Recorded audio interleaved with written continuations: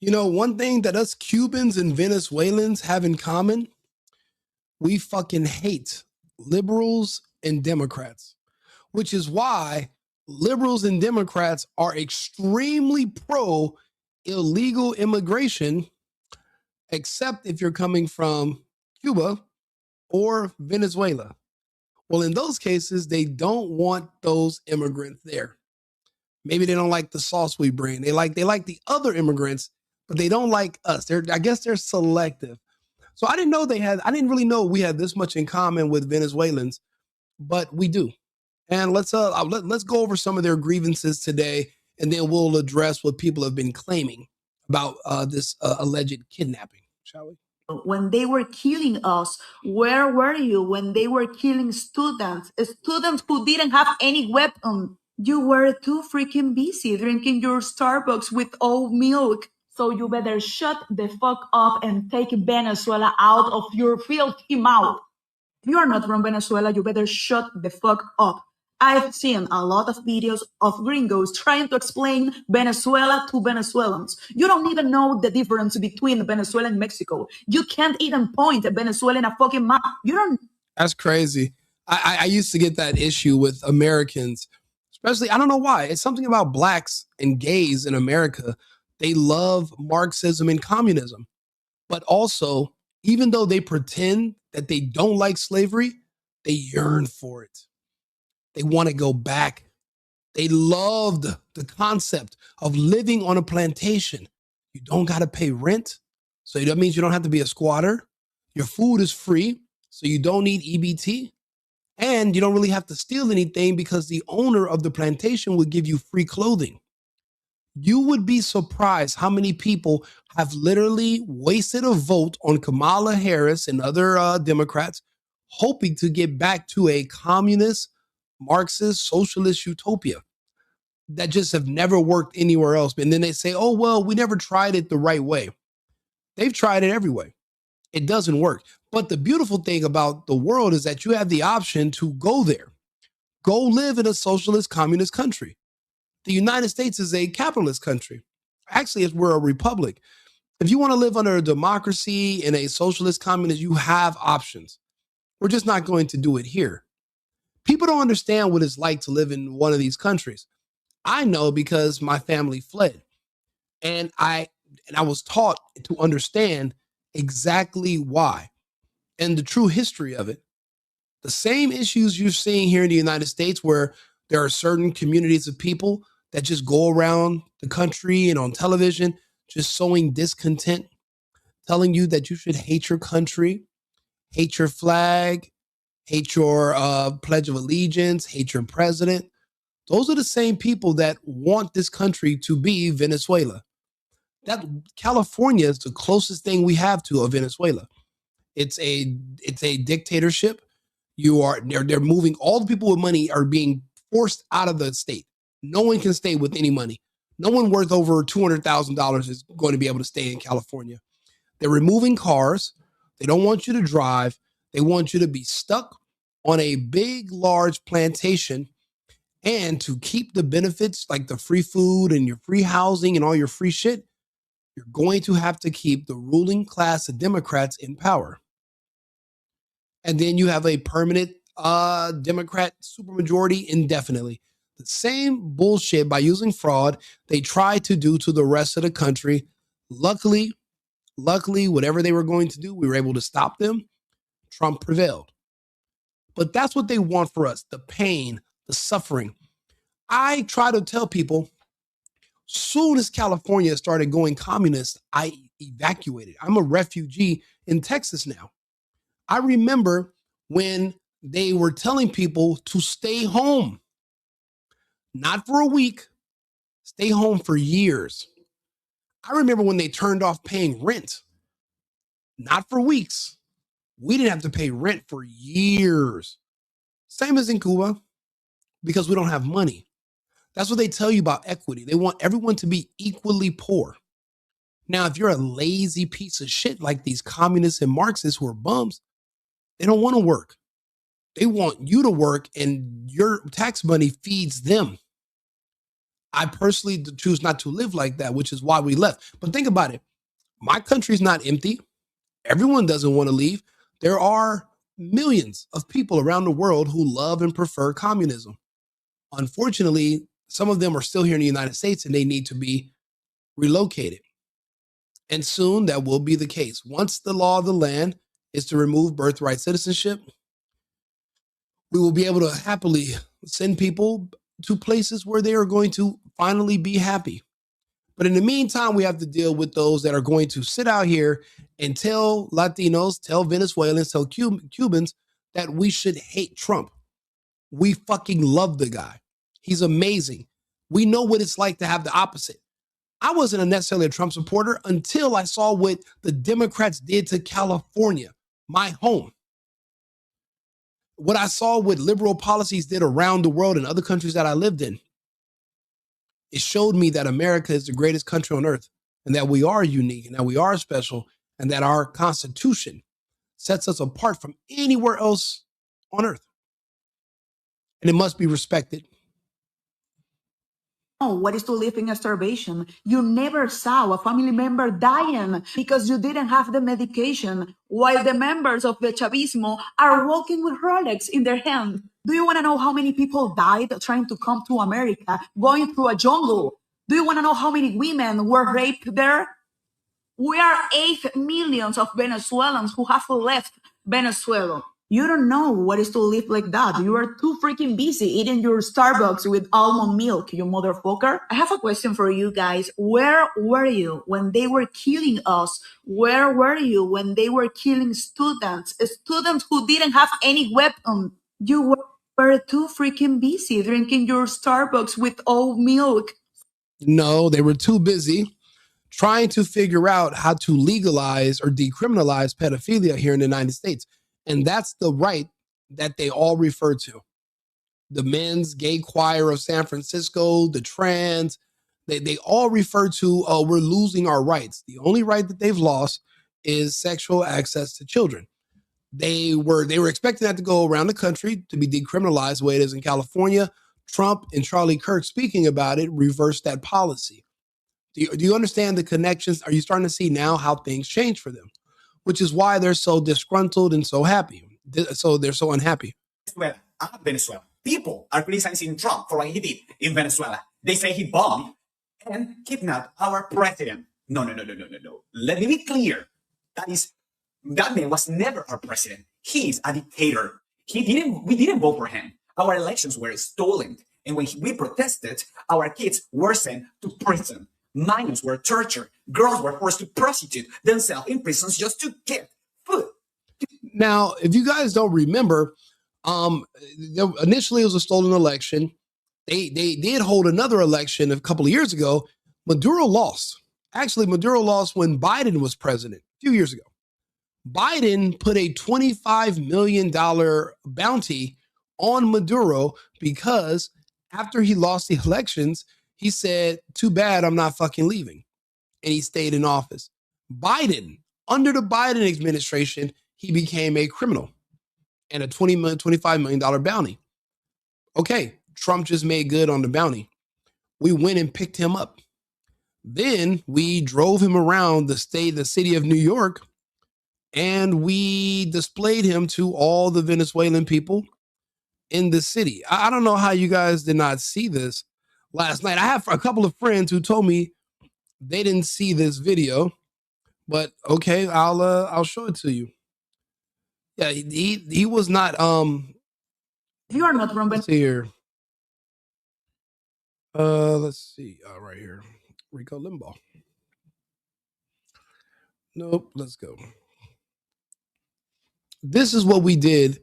This is what happened to Maduro last night when he was arrested. They flew him directly into New York City and they literally drove him around in a truck, and they basically made a display out of him. Let's see here. Maduro, back of truck, NYC. Let's see here. Maduro, back of truck, NYC.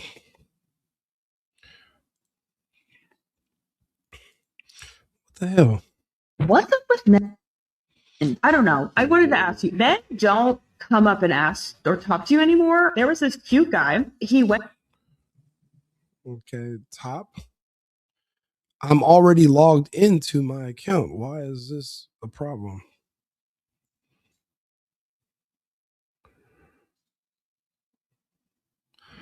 Jeez Louise, this is like it's like slowing down the flow. Okay. Logged in, okay. Maduro in the back of a truck. Right here.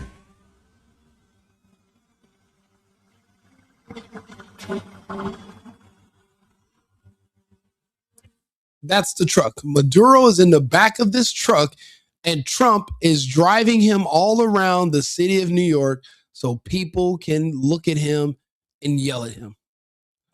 This is the most gangsterish shit I've ever seen in my life.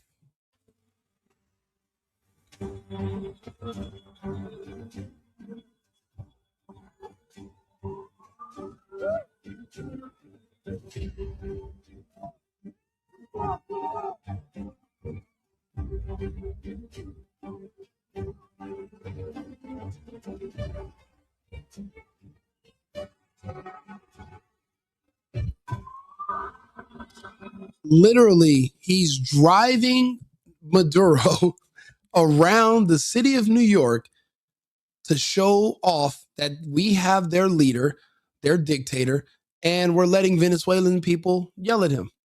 And they're doing it. That's what we've done to their so-called leader. He wasn't kidnapped. He was removed. He refused to step down from office. He was a communist dictator that was literally open to selling ports in our hemisphere to Iran, Russia, and China. And our hemisphere is for the Americans. There's not going to be any other influence in our part of in our backyard. We're just not going to have it. Which is why, unfortunately, we're going to also have to bring to heel Scheinbaum in Mexico and the little Colombian guy, because he's talking a little spicy. You know, we don't really play those games very well. You know, you got to think about it. Venezuela is a way wealthier country. Actually, Venezuela was the wealthiest country in South America until the people were tricked into voting into communism. Same thing that happened in Cuba. The darker population is envious of the fair-skinned population, but they outnumber them also.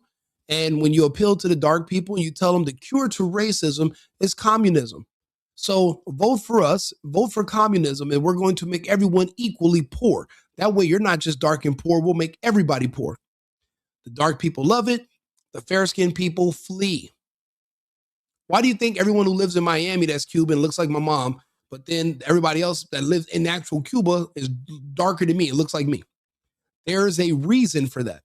You're going to see that in other parts of Latin America as well. It's something about certain people. They sow discontent. They want slavery. They're begging for it. And then a lot of us don't want it. We reject it. We believe in free. We actually believe in freedom. Freedom of self-determination, free to work as much as I want. Not free to let the government take care of me or take care of my kids or feed me or save me. You guys want to be saved by the government. We want the government to get out of our way. We're different types of Americans. And we're not going to be able to coexist for much longer.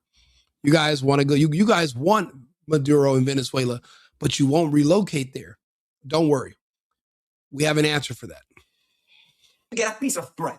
And where were you then? Where were all of you, liberals? Where were all of you? Where were all of you? You said nothing. You did nothing. But now you suddenly care about international law? I mean, now you all talk about human rights? Maduro didn't leave Venezuela. He kidnapped an entire country. So, no. It's not possible for Trump to steal an election. That doesn't even make sense. It doesn't make sense. And the evidence isn't there. Now, if you have that type of evidence, why haven't you called the police department and filed charges? I'm not the place where we're not going to hold court here. Why don't you get in your car, right? Or get on a Lime little scooter and go to your nearest police station and say, hey, I have secret documents that no one's ever seen. I have proof that Trump tried to steal an election. What does that even mean? Do you know it's your First Amendment right to contest something? You're able to speak in your own defense. If you feel like an election was fraudulent or if there was fraud at all, it's your right to challenge these election results. That's not called stealing. And that's ridiculous that you think that. And you sound like Maduro and his people, which is why we don't get along. We're not going to ever get along with communists and Marxists. You guys are anti-American. You guys are anti-human. So it's really much. This guy right here has been fighting you and your people his entire life. You're the reason we have a refugee crisis in the first place in multiple countries. And he's literally telling you with all of his heart exactly how this happened. We didn't vote for him. Our elections were stolen. And when we protested, our kids were sent to prison. Minors were tortured. Girls were forced to prostitute themselves in prisons just to get food, to get a piece of bread. And where were all of you then? Where were all of you, liberals? Where were all of you? Where were all of you? You said nothing. Yeah, where were they? Did the liberals try to stage a intervention? Did they offer to grab weapons and go down to save these people in Venezuela? No. But now you guys want to protest because we took away their dictator. Protest all you want. We've learned the key is to just ignore you people, and then we'll get around to you later when we have a little bit more time on our hands. But right now we're busy doing God's work. But soon enough we'll have time for you. You did nothing, but now you finally care about international law. I mean, now you all talk about human rights. Maduro didn't leave Venezuela. He kidnapped an entire country. So no, Trump didn't kidnap anyone. No, he did not. He removed our kidnapper. And for that, we're thankful. You can divide politics all you want, but don't tell Venezuelans, do not tell Venezuelans how to feel about being free from a dictatorship. Venezuela. You know, it's crazy reading some of these people in the comments. They're the type of person that when a person says they were raped, they go to them and they say, you know, maybe you shouldn't have been wearing that skirt. Maybe it's your fault. It's like they're victim blaming. They're literally arguing with people in Venezuela and telling them the man who kidnapped you was really your savior. And we wish with all our might that he was our president. That's what they wish. And because they're insane, they're psychos and everything, no matter what it is, they just hate Trump. It's all about hating Trump. That's it. They're not standing on anything else. There's nothing solid there on their foundation. It's just, I hate Trump. Talking about Venezuela, and you have never been in Venezuela. You have no idea what's going on. I've only been to Venezuela once. I went to Caracas. I have my ex-girlfriend's from there. I actually live in I live in Colombia part-time, so I go back and forth. Beautiful people, bad situation that just got a lot better. And you talk about self-deporting. Do you know how beautiful of a country Venezuela is? These people are already lining up at airports to return home, to make Venezuela great again, all because of Donald Trump. And there's nothing you can do to take away from that. You're going to have to go to sleep tonight with your TDS. You're going to have to wake up and you're going to have to think about it. You can't even lie your way out of it because, well, now you're going to have to literally fight with the same people that are now free. And you're going to have to try to argue with them to convince them that they were better off under the slavery of a dictator. But I thought you didn't like dictators. You just had a No Kings protest. Now you're defending King Maduro. You're a double-minded psychopath. That's why nobody takes you seriously anymore. We humor you in conversations, but you're being ignored for the most part. You never research. You don't have friends that are from Venezuela. Keep your opinions to yourself. We have been waiting for 27 years to get free from this government. We don't care what are the alternate motives or what is the whole behind it. We don't care. And most of the Venezuelan... Let me tell you, I'm Cuban. My family's from Cienfuegos. If they told me Trump was going to invade Cuba today so that he can be in control of the world's largest supply of fucking mojito juice, I wouldn't give a fuck why he's there. I just want him there. We've lost it'll be almost a century, a trade embargo that's out of this world, and communism that literally destroyed our entire economy. We have been poor and starving for generations. There's no upward mobility. There's no way to make money. And the only people with money that come there are foreigners. You know, I remember I bought tickets to go to a New Year's celebration for my birthday at the Copacabana. The tickets were it was like $180. But yet the average Cuban only makes $30 per month. So when you go to these events, and I've been to events in communist countries before, it's all foreigners. There's no locals at these events or in these spaces. It's crazy. Even where I live in Colombia, there's no Colombian men. It's just, you see a bunch of pretty women everywhere, but none of the locals, and all my neighbors are foreigners. I'm not the only one. We're all foreigners because the locals can't afford what we can in our area. It's the same thing in Venezuela, same thing in Cuba. We would love for that to change. The problem is we're disarmed in our countries, so we can't revolt. The only people that have weapons are the military. Why do you think the Democrats and the liberals are always trying to use gun violence, except when the mass shooter is black, to convince you to give up your weapons? They want you to live in Venezuela. They want you to live like the Cubans. They want, and then the people here in America, they want to live like that. They want to get government cheese. They want to live off the state, but they want you to be poor too because they have insecurity complexes about their work ethic. And they feel like we're looking down on them because we perform and we do better. And they feel like they're so poor. You got to think about it. These Americans complain about how they've been poor this whole time. How is it that immigrants can come here and run laps around you? And I'm not talking about the Somalian immigrants because obviously they're running laps around us. These motherfuckers are. You ever seen the TV show Flash? That's the kind of laps these Somalian immigrants are running around us. I'm just a regular worker. My family's regular worker immigrants. We're farmers that came here. Then they recruited us to work on farms. Then we worked on the piers and became longshoremen. That's how my family got to California. Well, we were in Northern California. Then we went to Southern California to work on the docks. But these Somalians went straight to the daycares. So they're in Seattle, Minnesota. So they're doing different types of laps. They're running backwards laps. They're Michael Phelps in it on land. We're just different. We're just regular worker immigrants. We don't have the plugs like that, okay? But how these Americans who have been here, they're like, well, white people have a 400-year head start. And I'm like, but you have a 150-year head start. Actually, 175 now. So what's your excuse? Oh, your excuse is, well, you hate capitalism and you think white supremacy is why you grew up to be a piece of shit and a bum. That's not true.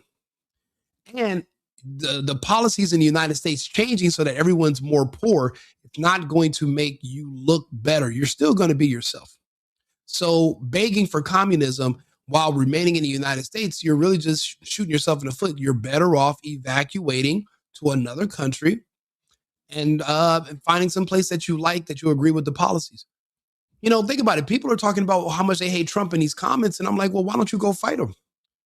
Why are you scared of Trump? What are you so scared of? I'm going to do my next video is going to be, why are you so afraid of Trump? Because I'm going to challenge people. If you're so mad at Trump, go fight him. What are you scared of? You know, there's like multiple countries we're bombing right now. You can fly to these countries and then take a shuttle to where we're bombing and just they'll arm you. You can just fight Trump. What are you doing over here crying? Go fight him. Go get it up. Turn up. Don't let us stop you. But we're going to celebrate Trump. I like what he's doing. I like his results. If he can give me those results in Cuba, bro, estoy listo para regresar. Pronto, hey, bro, ya me voy. Think about how much my American dollar is going to be worth there. And I'm not going to be arrested if I'm speaking to the locals because they would think you're contaminating them with your capitalist propaganda. That is a fear. That's actually a criminal charge where people are arrested if they're talking to foreigners or vice versa. They like literally, that's why I tell people are like, oh, you ever go back and visit Cuba? And I'm like, did the guys who escaped from Alcatraz ever go back to visit Alcatraz? I had an uncle, they held him for like 3 months. And just because he's of Cuban descent, he used to, when he's a kid, he goes to visit. It's communist. It's nonsensical, but its days are limited because remember, only the United States will have influence over our hemisphere. Cuba, Venezuela, Mexico, they're all in our hemisphere. This is our backyard. We're just shoring it up because think about it. We can't allow the Russians or the Chinese or the Iranians to come do a deal with the Russians. To come do a deal with the Cubans or the Mexicans. And obviously the Venezuelans, they were flirting with doing port deals where they were going to, because, the Chinese will come in and they'll build a huge port in your country in like 3 days. they'll send a bunch of Chinese contractors and employees, and then bam, they have a beachhead in our hemisphere. We know they have ports in Brazil. We are going to also have those removed one way or the other. But for now, we're just going to make some examples. Cuba, Colombia, Mexico, you're on notice. People that that they are not living in Venezuela, they didn't left because they wanted to look for better opportunities. Most of us left because we have no freedom. We have no freedom of speech. We cannot talk about the economy. We cannot talk about what's going on. We cannot talk about politics. We cannot talk about anything in Venezuela. You know how crazy it is? There's people that get online, get into my comments, and they tell me not to talk about these exact same things. Nobody ever tells me in person because, these people don't really want to fight. But they tell you on the internet, they say I'm telling you, these people love anybody who's unhappy about what Trump just did. They love communism. Maybe it doesn't trick. They don't connect the dots in their head. They don't understand what they're supporting, but they love Maduro. They love communists. They love slavery. I tell people the whole slave and master dynamic, it's a natural part of the human dynamic in general. It's slavery everywhere. And there always has been, there always will be some form of slavery. These people they were born to be slaves. Think about it. Look at all the people that did not take the vaccine versus the people that did. If you think about it, there's only going to be a certain amount of slave masters, and then the rest are going to just be the slaves. And if you look at the amount of people that didn't take the shot versus the amount of people that did, well, then you can tell who the masters are, and you can tell who love to be slaves, who wants to be a slave. They volunteered. The same thing. You can just apply. I'm telling you, there's nothing new under the sun. People are following the same patterns, just in about different topics, but it's all the same, which is insane. So for the people that say that communism and socialism is the way, well, you need to live in one of those countries first. You notice how she sounds just like me. Literally, I preach the same shit every day, every episode. Oh, and if you like what I'm preaching and you like my opinions, hit the follow the channel, subscribe, like the video. I appreciate all your feedback. And for the Patriots who have already been here rocking with me, I appreciate you guys so much. Because of you, my views have gotten so high in recent weeks that I've qualified for like some form of monetization. People have been doing donations on my Cash App. I don't have my Cash App attached to my phone, only on my computer. So I thought I wasn't getting any. I do a refreshing and there's like 30 different ones. And I'm like, holy shit. People are doing like small donations. I appreciate it. You don't have to, but everything helps because again, this is a media company that I'm building and I will be doing different types of contests. I'll be having guests on. We're going to be building a studio. We're going to have multiple cameras and microphones, but it's going to be a purely America first angle. I'm not a fence sitter, milquetoast liberal or a milquetoast fence sitter. I'm not Tim Pool. Everything I'm going to talk about is going to be from the angle of pro-America, pro-Constitution, and of course, we're pro-Trump.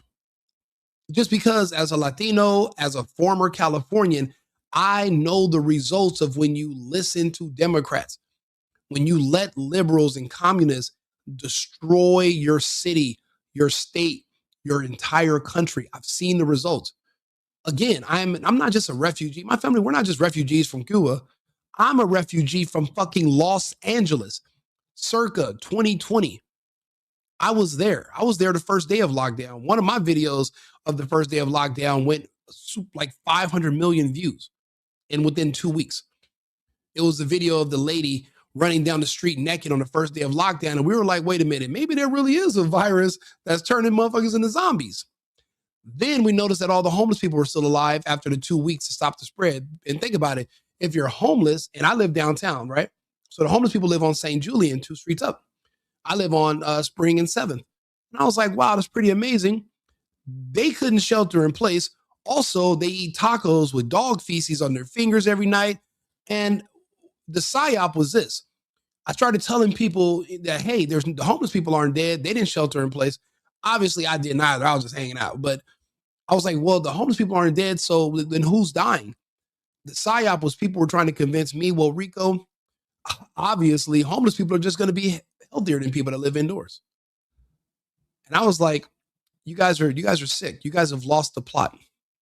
And then all of a sudden, the prison down the street started like just pumping out people, men that were giving shorter prison sentences if they take hormones to become women. They started flooding downtown LA. And I'm like, what the hell's going on? And then crackheads are walking around with masks on. And I'm like, since when do you guys care about health? Anyway, I watched the police disappear. No more law enforcement. But the only thing is, this is why everybody was compliant. You didn't have to pay bills. You didn't have to pay rent. So even though your entire city's falling apart, people are getting robbed and killed, there's crime everywhere, it's not safe for kids. Most people, a lot of people, mainly the same people that helped turn over Cuba to the communists, the darker people, they loved it because they didn't have to pay bills. They don't want to be responsible. They don't want freedom. They want slavery. So that's akin to slavery. If somebody says, hey, Rico, you can come here.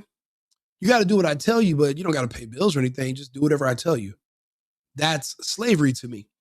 Now, for a lot of people, they would love to live like that. All I got to do is what you tell me. That's cool.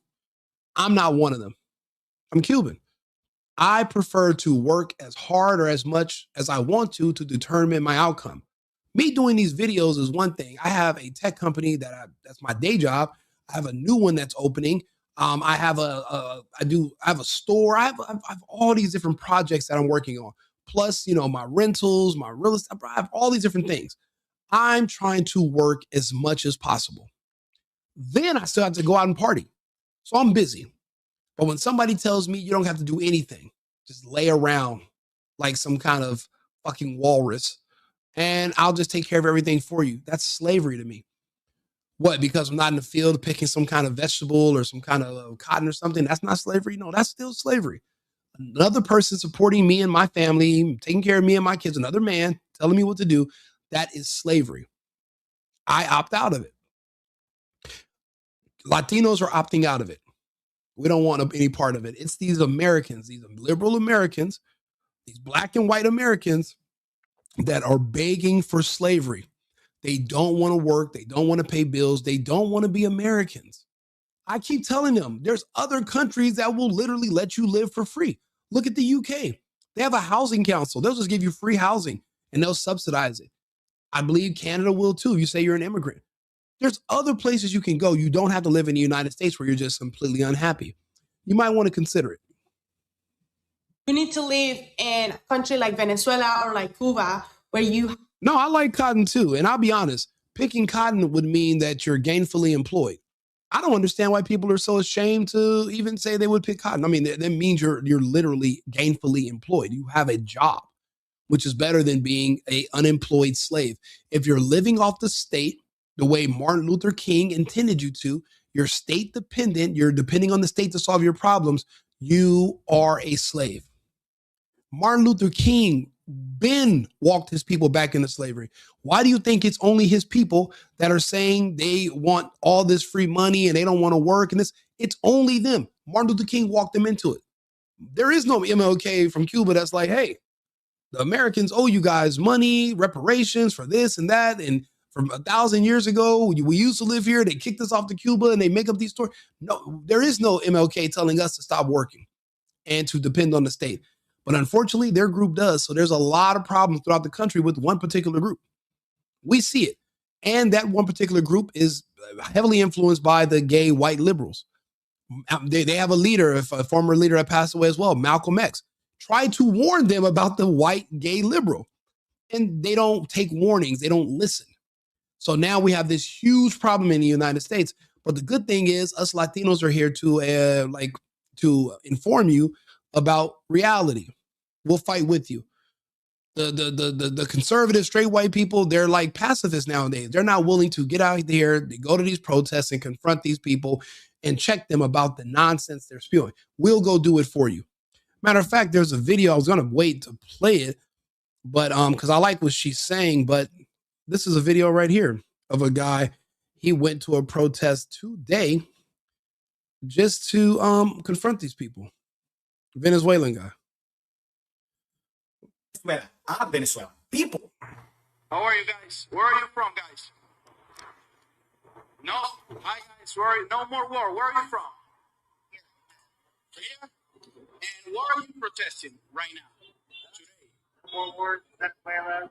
No more wars in Venezuela. And you know about the situation in Venezuela? What do you know about the situation in Venezuela? No, the truth of the matter is this. According to our calculations, Africa owes reparations. See, Africa is the one who sold us the defective product, and then they sent it over here. But remember, Africa is the one who packaged up the product, went and picked the products out of the jungle, put them in chains, put them on the coast, sold them. The purchaser is not the person responsible. The seller is. And they literally sold us a defective product that does not work very well. And that caused a lot of problems. So because of that, the Ghanaians, the Nigerians, anybody on the West Coast, the Ivory Coast, Senegal, etc., they owe reparations to the descendants of the slaves that they sold, but also to the purchasers because it was a horrible investment. If anything, it's more and more looking like the Somalian fraud. I'm seeing some this African fraud thing's been going on. It looks about 400 years apparently. This isn't new. West Africa, East Africa started to run together with the fraud because they literally scammed the fuck out of us. If you look at the product we purchased, it was a scam. Obviously, it was a huge mega scam.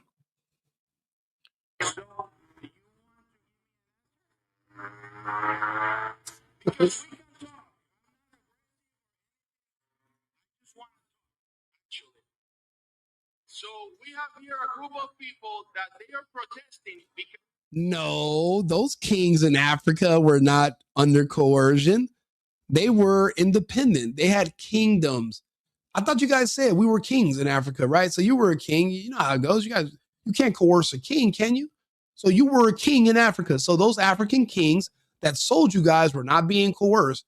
They were powerful, strong kingdoms. Those countries are literally still there to this day.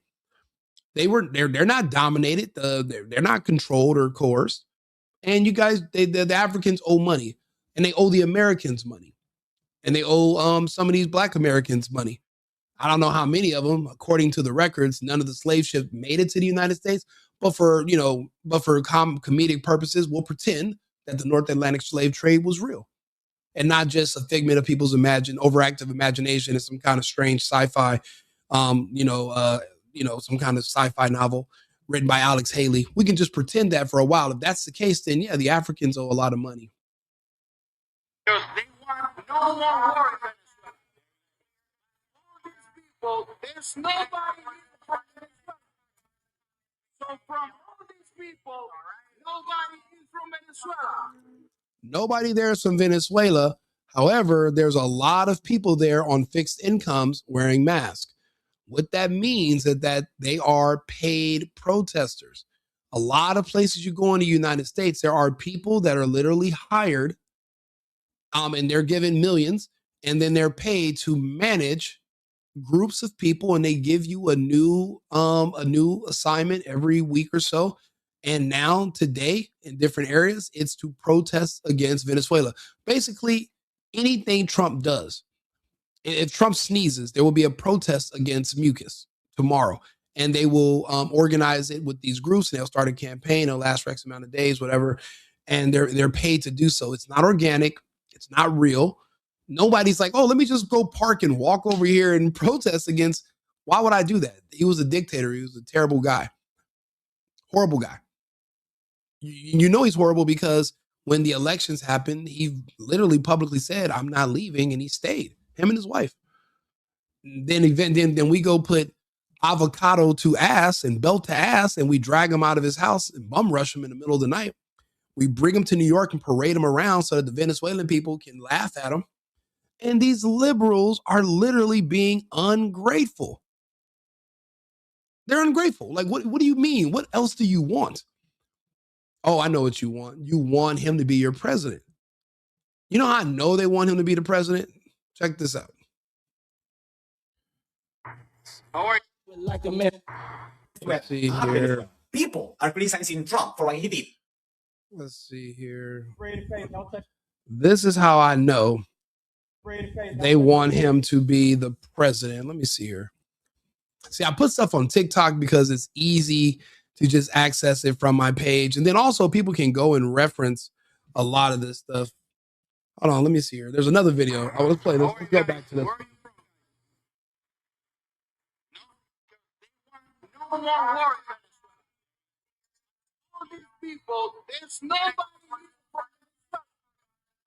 So from all these people, nobody is from Venezuela. This is people from the United States. This is people from other places.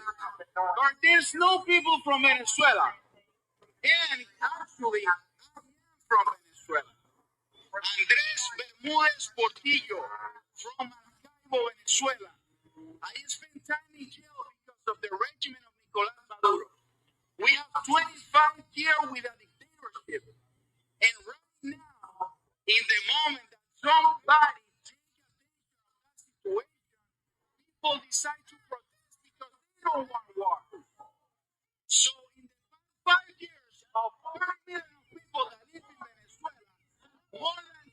Whoa, Mr. Donald. I resent that. I say way worse things than Trump ever would. I'll be honest. My opinions and views, Trump doesn't have the fucking stomach for. So that's the reason why they need people like me. Trump would aspire to be like me, but he's still a personality and he wants you guys, he wants you people in particular to like him. I don't give a fuck. I don't like you people. I don't expect you to like me. There's nothing for you to like about me. I'm from a communist country. I hate communists. You are a communist. Yes, you're a communist. You're a Marxist. We're diametrically opposed to one another. We can never be friends. You're never supposed to like me. Trump, however, will try to find a loophole for maybe the commies will like me one day if I throw them some carrots and I throw them some bird food. And bro, I'm not Trump, and I'm not ever going to pretend to be Trump. I like the stuff he's doing, but I believe he should be doing way more ass kicking than kissing. But the good thing is, at least he's not offering you people a platinum plan anymore and an ice cube and trying to give you money. That's all off the table because you guys stabbed him in the back. You're untrustworthy. So that's why I love that about Trump now, too. He's not offering you anything. I remember he was pandering back in 2020. It was like, oh, man, let me give you this for your community. Now he ain't said shit about that community at all. Just like Biden and Harris, you know. I mean, except at least he didn't try to euthanize them with that injection that he forced upon them. But I digress.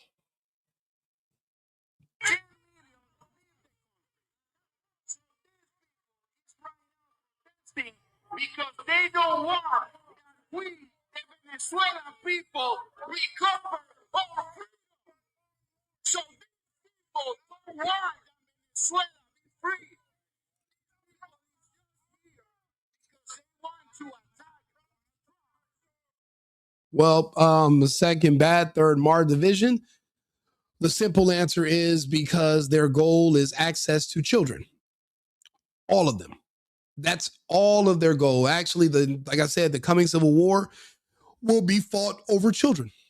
That's it.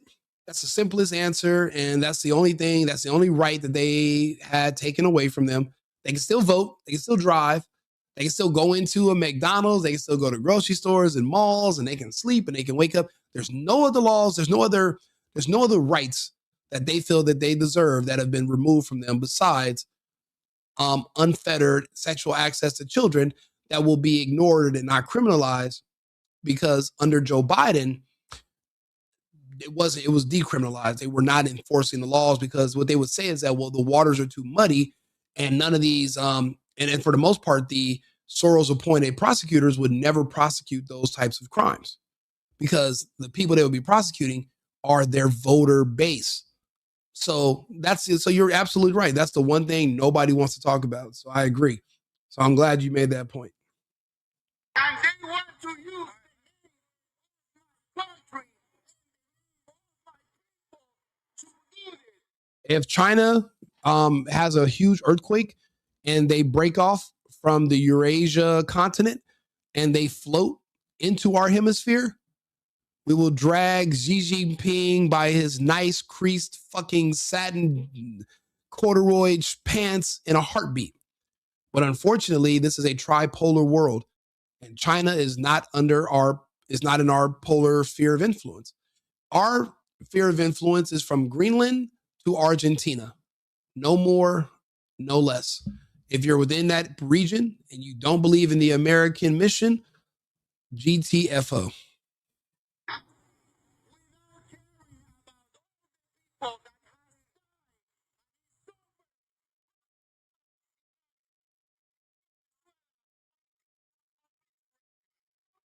Like a mess. So let's see here. Like a mess. Right here. Knew you was the one. That's why I chose you. Let's see here. Where is this? There's one other video where I want to show you that these people really did want Maduro to be president. Oh, here we go. Nicolás Maduro out here who's going to bring us to revolution, I will support that movement. I would rather have a bus driver in charge than a billionaire, okay? Let's put it that way. Nicolás Maduro could come and be our president? Oh, any day. Any day. Look, all the check marks are there. He's not white. Okay, he's a minority. Any day. Look, all the check marks are there. He's not white. Okay, he's a minority. Okay. He looks a little too much like Saddam Hussein, though. Nicolás Maduro out here who's going to bring us to revolution, I will support that movement. I would rather have a bus. She said, if you're going to bring us Maduro, we'll take him all day if he supports a revolution.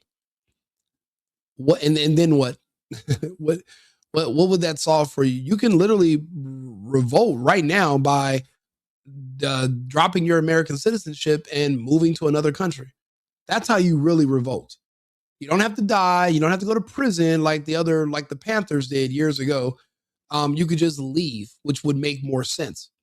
But what they're saying is that they don't, as long as he's a white person and he's straight and he's male, then he can't be the president. They want a foreigner, person of color. They want their multicultural democracy. They don't want to live under a constitutional republic, which is why it's like we have two different countries occupying the same space. And we can't do that. We are one nation under God. If that is not what you believe, you're in the wrong place, which is why we have no choice but to remove your birthright citizenship. You're no longer welcome. Then you'll be banned from coming back to this country. And you can go turn wherever you're sent to into your great communist utopia. You're going to have that right soon. Bus driver in charge than a billionaire, okay? Let's put it that way. Nicolás Maduro could come and be our president? Oh, any day. Any day. Look, all the check marks are there. He's not white. Okay, he's a minority. Okay. He looks a little too much like Saddam Hussein. Which is crazy to say because in Maduro's home country, he's the majority. He's not a minority. Like, what are these people? These people are clinically insane. Let's listen to what the girl says in the beginning one more time. Nicolás Maduro out here who's going to bring us to revolution, I will support that movement. That's why her birthright citizenship must be removed and she can be sent to a communist country somewhere in Africa.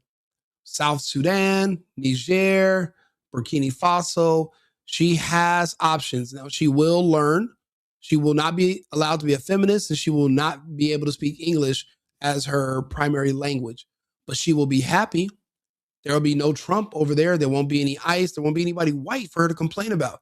And she can have her revolution. But to give these people freedom and to remove their birthright citizenship is really us giving them mercy.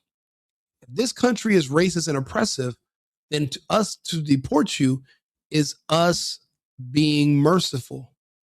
You shall be grateful. You shall be thankful. We are removing you. We are saving you. We will be essentially helping you escape. So we have something to look forward to. These people want a Maduro dictator to be their leader. So they shall have one. That's why we're working with the Supreme Court to remove birthright citizenship. So, that's the thing. I want you guys, if you agree, like the page, subscribe to the channel, engage with me in the comments. I love to hear from you guys. I like meeting other patriots. We all should have a common goal, which is to make America great again. But not also just to put America first, but to put Americans first. So that means we're actually at first, Americans second through 10th. America first, America only. And then once we get past 10, we might be able to consider other people. But Americans and America is my primary concern. Because at the end of the day, we are all we have. If it wasn't for the internet and videos, we wouldn't know two shits about what's going on 300,000 or 30,000 miles away. Because it's inconsequential to us. We are a land that's protected by two large oceans, largely disconnected from other parts of the world. The only people we need to focus on are our neighbors.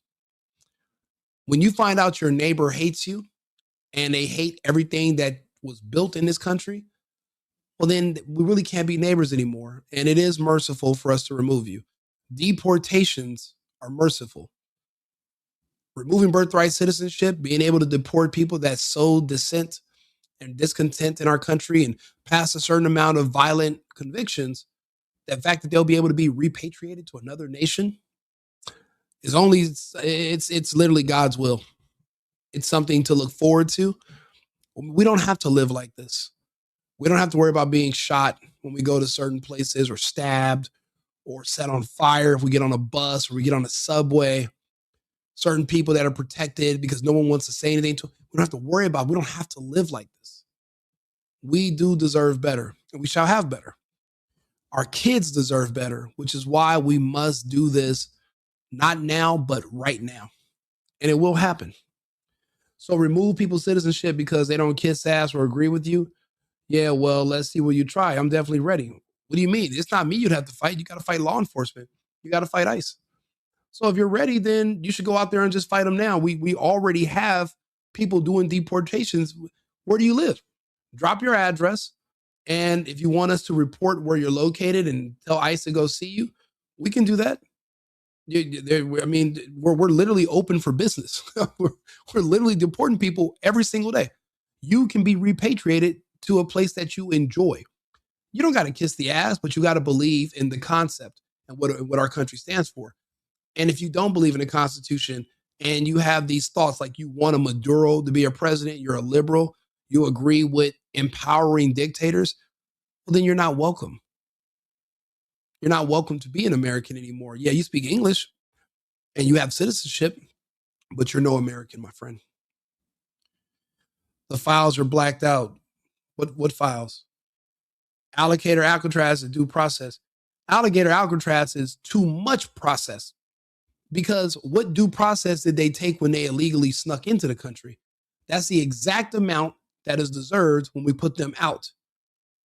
The fact that you're even under arrest and you're not immediately deleted and executed on the side of the road, that's due process. The fact that we waste city and state resources and federal resources to detain you in a holding facility where we do provide food, that is all the due process. And we're flying you home for free. I can't even fly to some of these countries. I can't fly to any of these countries for free. I hope I get deported to one of these Latin countries with all these goddamn beautiful women. And then I can just, when I get there and I'm ready to come home, I just cough up this passport and they're like, oh, but if I can just get that ticket there comped, then I'm good with that. So I can just show up and no inglés. You know, Spanish is my first language. No inglés for me. Oh, wait, what? And then they give me a free flight, bro. I get there, get lunch, everything's cheap, bro. I just paying for these flights sometimes. It's just, that's the only caveat. But if I can then I can just pay for my ticket back. So I'm halfway there. That's 50% discount. You can't really beat that. So yeah, I wouldn't mind at all. I agree. They shouldn't be voting. Who says he's a dictator? Everyone. He's literally a dictator. No one has to say he's a dictator. He did not step down when he was voted out of power. That equates to him being a dictator. Republican Sheriff Chao Bianco is leading for governor polls in California. I hope so. And I hope eventually somebody finds a way that piece of shit Democrat that was having sex with the Chinese spy, Eric Swalwell, whatever his name is. He thinks he's going to win the governorship of California. And did you hear what he said he's going to do? He wants to arrest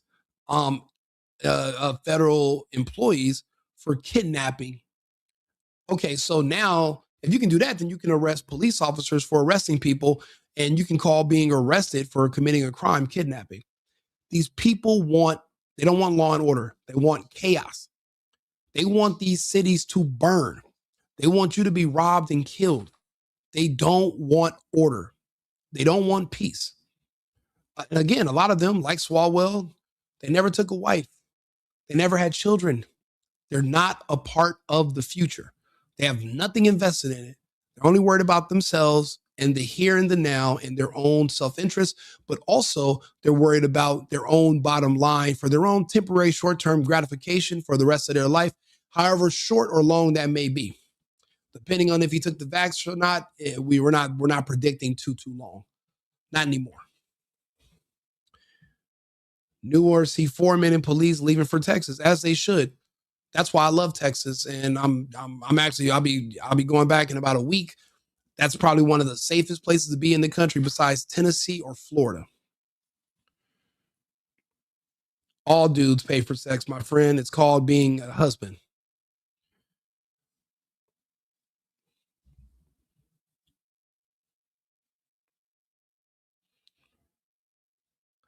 Yep. Just for the weekend. Yeah, he's more like a mobster than a dictator. That's true. You know what? I'll be honest. These Somalians move like a mob as well. See, that's the thing. The reason these elected officials choose people that are immigrants to work with and do business with is because they play by the rules of the old country. When you come from a country like Somalia, you're ruled by warlords. You have terrorists that literally have slaughtered people in front of you, like in the town square. Like they can do whatever they want. So when you know that those enforcers have also came to the United States as well from those terrorist organizations, if you get in trouble or if you step out of line or if you think about snitching or talking, these elected officials know that their own community will go and clean up the mess on their own. They won't involve local police. There won't be anybody. This will be done all in-house. It's kind of like how the Italians used to run the mob back in the day. They would bring you over from Sicily, from Italy, and you would live by the rules in the old country. So they would put you in certain positions because they knew you were solid. You weren't Americanized. And by Americanized, that means where you believe that you can go to the American law enforcement and they'll protect you if you want to turn or if you want to, start talking or whatever. Because, but just like in China or other countries, if you do that, well, don't forget you did it, you're protected, but your family is still over in the old country. Your relatives, your grandmother, your cousins, and they're going to have to pay for your mistakes. So that's why certain people are sent here while certain people stay back home. They're the leverage back home to keep you in line over here. But see, when you're dealing with Americans, you really can't push us around like that. You can give us $1 million for our vote, and we can still vote for the other guy, because when we get into that booth, we might just vote against you just to spite you because you gave us the money. So we're not really good to do business with. There's not really a thing. But these people from the old country, they're more loyal because they have to be, because the punishment of death is literally real, and it's right there. Remember, all the different ethnic groups in this country, when we come to these countries, there are people that come with us that are a part of police forces, and they watch us and they keep us in check in our communities. Think about it. They found Chinese police stations here in the United States. And what were they doing? Were they going after Mexican people and black people? No. They were targeting other Chinese people who defected or came to the United States. All of these different ethnic groups have their own enforcers that are here to keep them in line. That's why they can practice Sharia laws in their area, because people from the old country are in the area that are also monitoring and watching everything. That's why they don't speak out. That's why they don't say anything. And that's why they all are moving in sync. But also because they're paid to do so. They're paid to come to the United States and be residents, because once they're here, they can illegally vote for Democrats and keep certain Democrats in power. But also, even without being citizens, they are counted in the census. Without citizenship, they're counted by the census, and they are able to help increase the congressional seats in in every state. So you bring over enough immigrants, you can pretty much stay in power indefinitely. How do you think we have a super majority in California that's fake? It's all based off of fraud. It's all based off of illegal votes from illegal immigrants and extra congressional seats from non-citizens.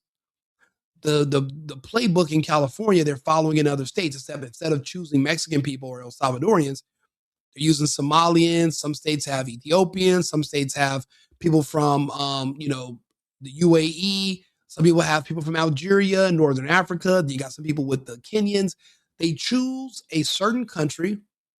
The groups in those countries that are in charge, they work out deals with them. They funnel money to them, and they pay them.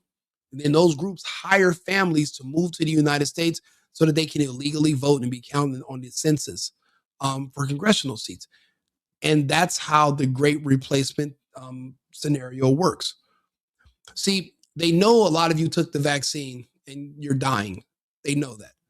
So someone's going to have to replace you, because the show must go on. Taxes must be paid. The infrastructure must be maintained. So in your absence, these illegals will live in your house. They'll work your job.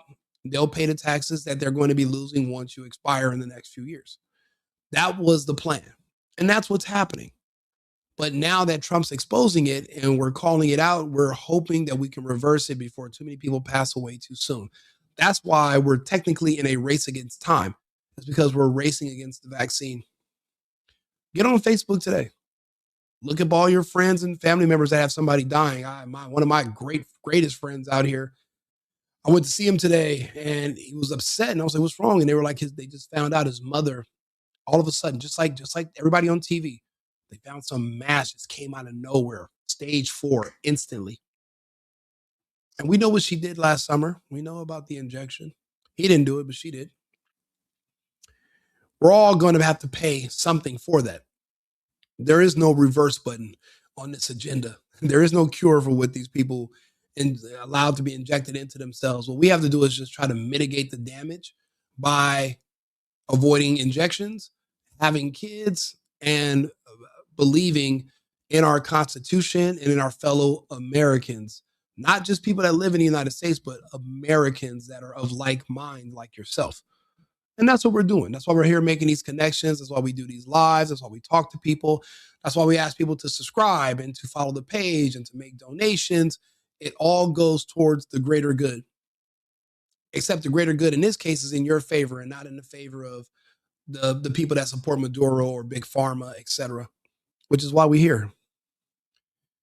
Yes, deport me to Colombia, and then I'll get myself back. Actually, I'll be back in Colombia probably next week, but I'm going to bring my equipment. I'll still be doing shows. I'm not going to just go there and not have a way to talk to my audience and to my friends. Oh, wow. I didn't know that we have way more people in the chat talking. Sorry. Highest death toll from the pandemic in the world. We're number 1. Yes, we are. But more specifically, California is number 1.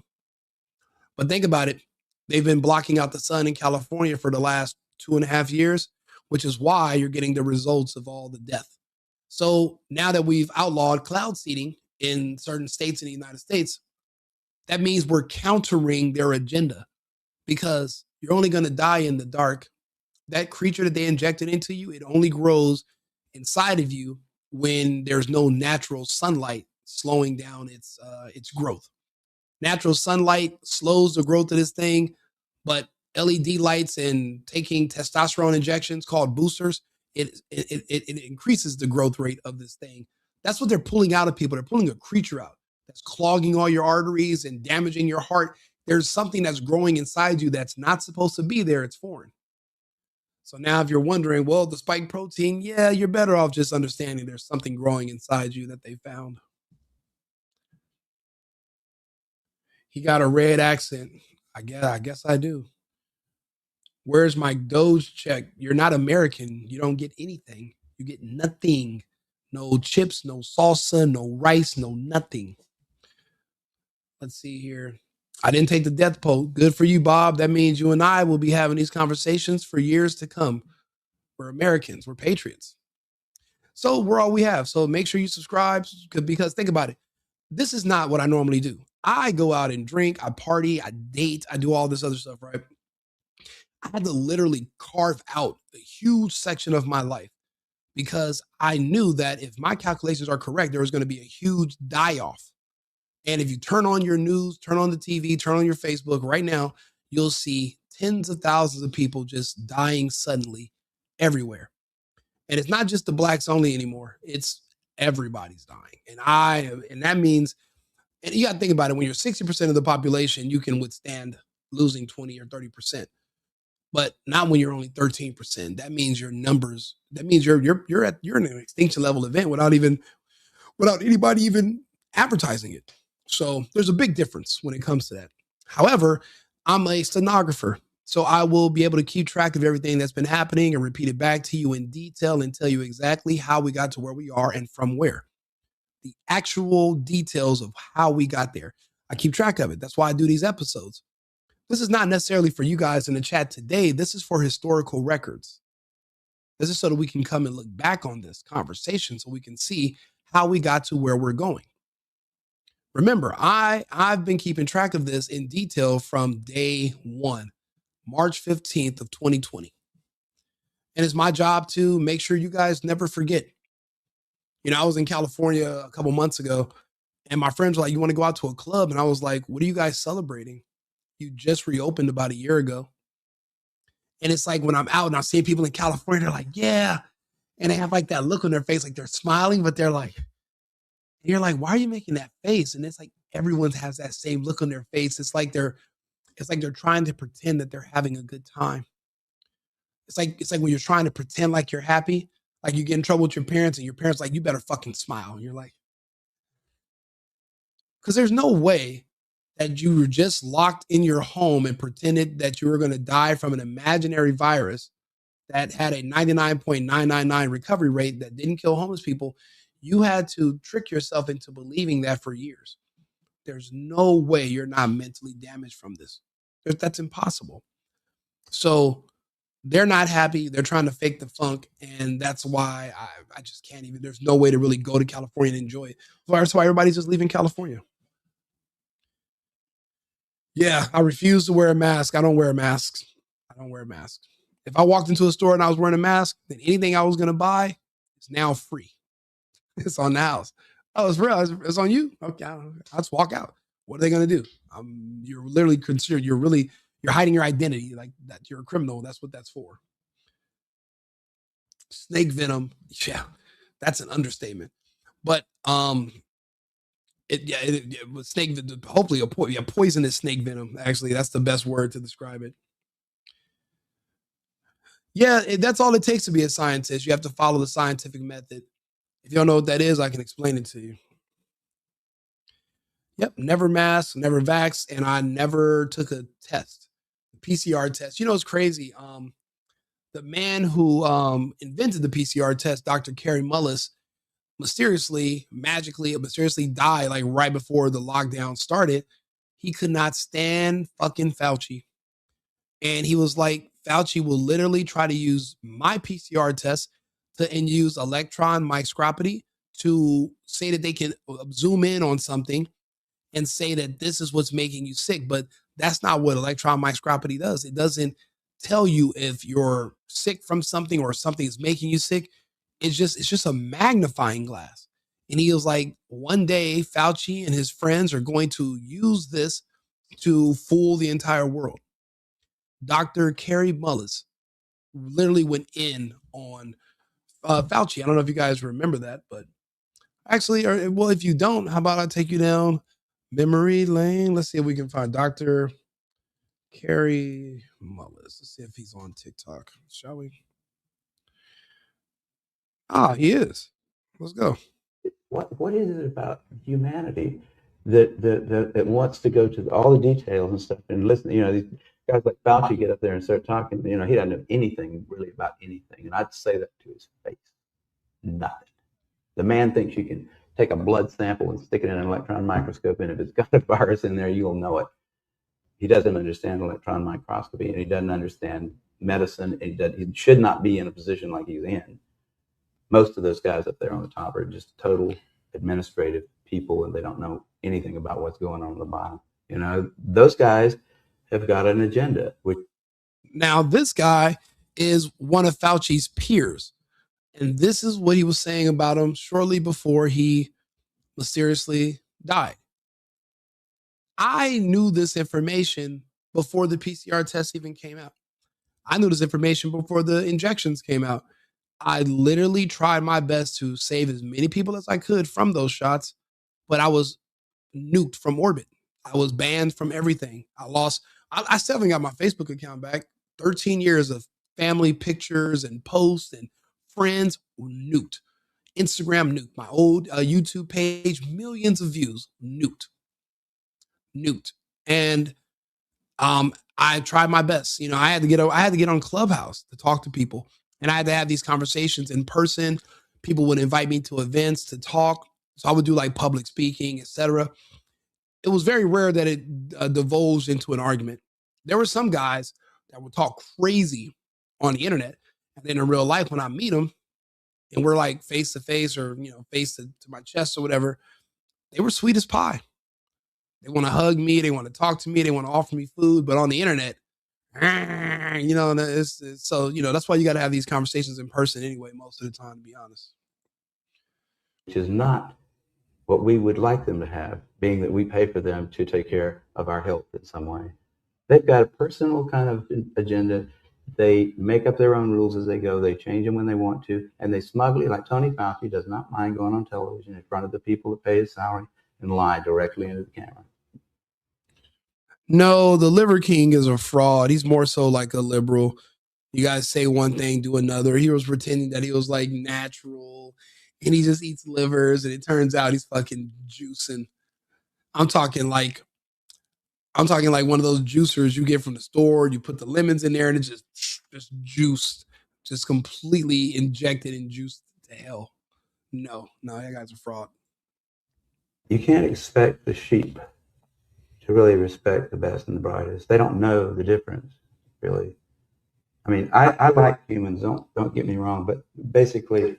It's so sad, Eric Klein, that you literally still believe masks saved you from the air.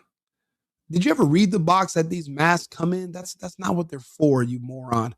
And the sides of them are open. The best mask that could have maybe proved your point is if you were wearing some kind of fucking scuba gear.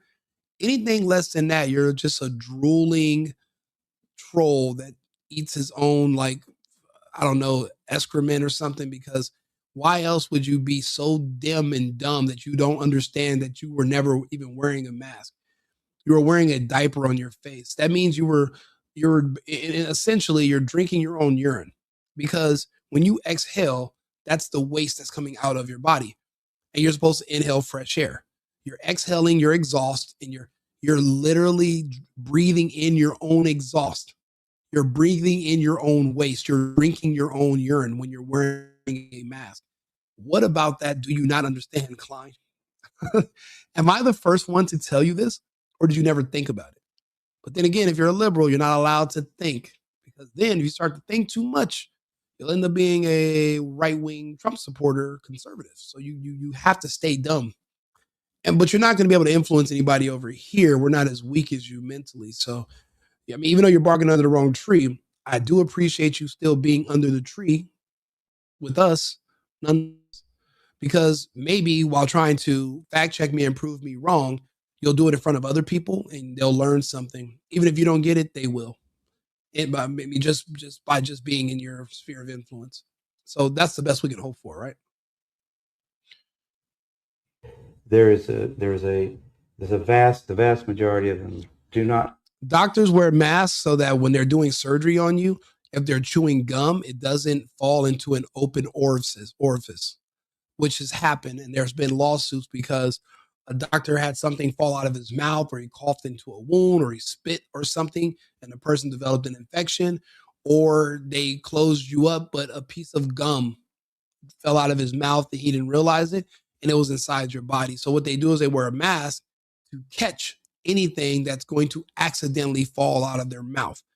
It's not to protect them from hazardous air.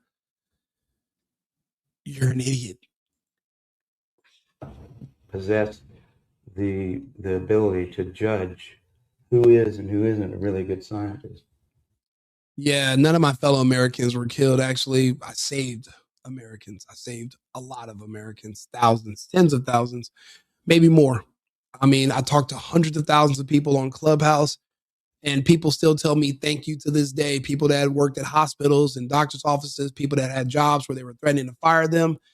I gave them the strength, and I offered financial assistance if they did get fired to compensate them until they can find another job. And luckily for me, none of them ever got fired. They held the line because I convinced them to. When all odds against them, and they thought they were going to lose these good jobs. And it was weird. They were giving you a promotion knowing that you were going to want to keep your job so bad that you would take the injection. But then after you took the injection, they figured you were dumb and you're a liability, and they fired you from those jobs anyway, because they were only hired you in the first place so that they can have an excuse to inject you. And the cost of your body, like so that you can donate your body to science, is whatever your salary was at the time. That's how much they bought your body for. And now they're just watching the population, and now they're studying you. Remember how vaccines used to take 15 years to study their effectiveness? Well, you are the study. There is no study before. You are the study, Mr. Klein. And I am looking forward to hopefully continue these conversations. And then one day when they stop, just like these other doctors that I used to argue with that are now gone, just like Scott Adams, who used to argue with me, how's he doing? Not to poke fun at him or anybody, but where are they at now? Yeah, Mr. Klein, you not only killed Americans, you killed your own family. How's that guilt feel? I don't know what it tastes like. I've never been that guilty. So I got to take your word for it. So please give us some details.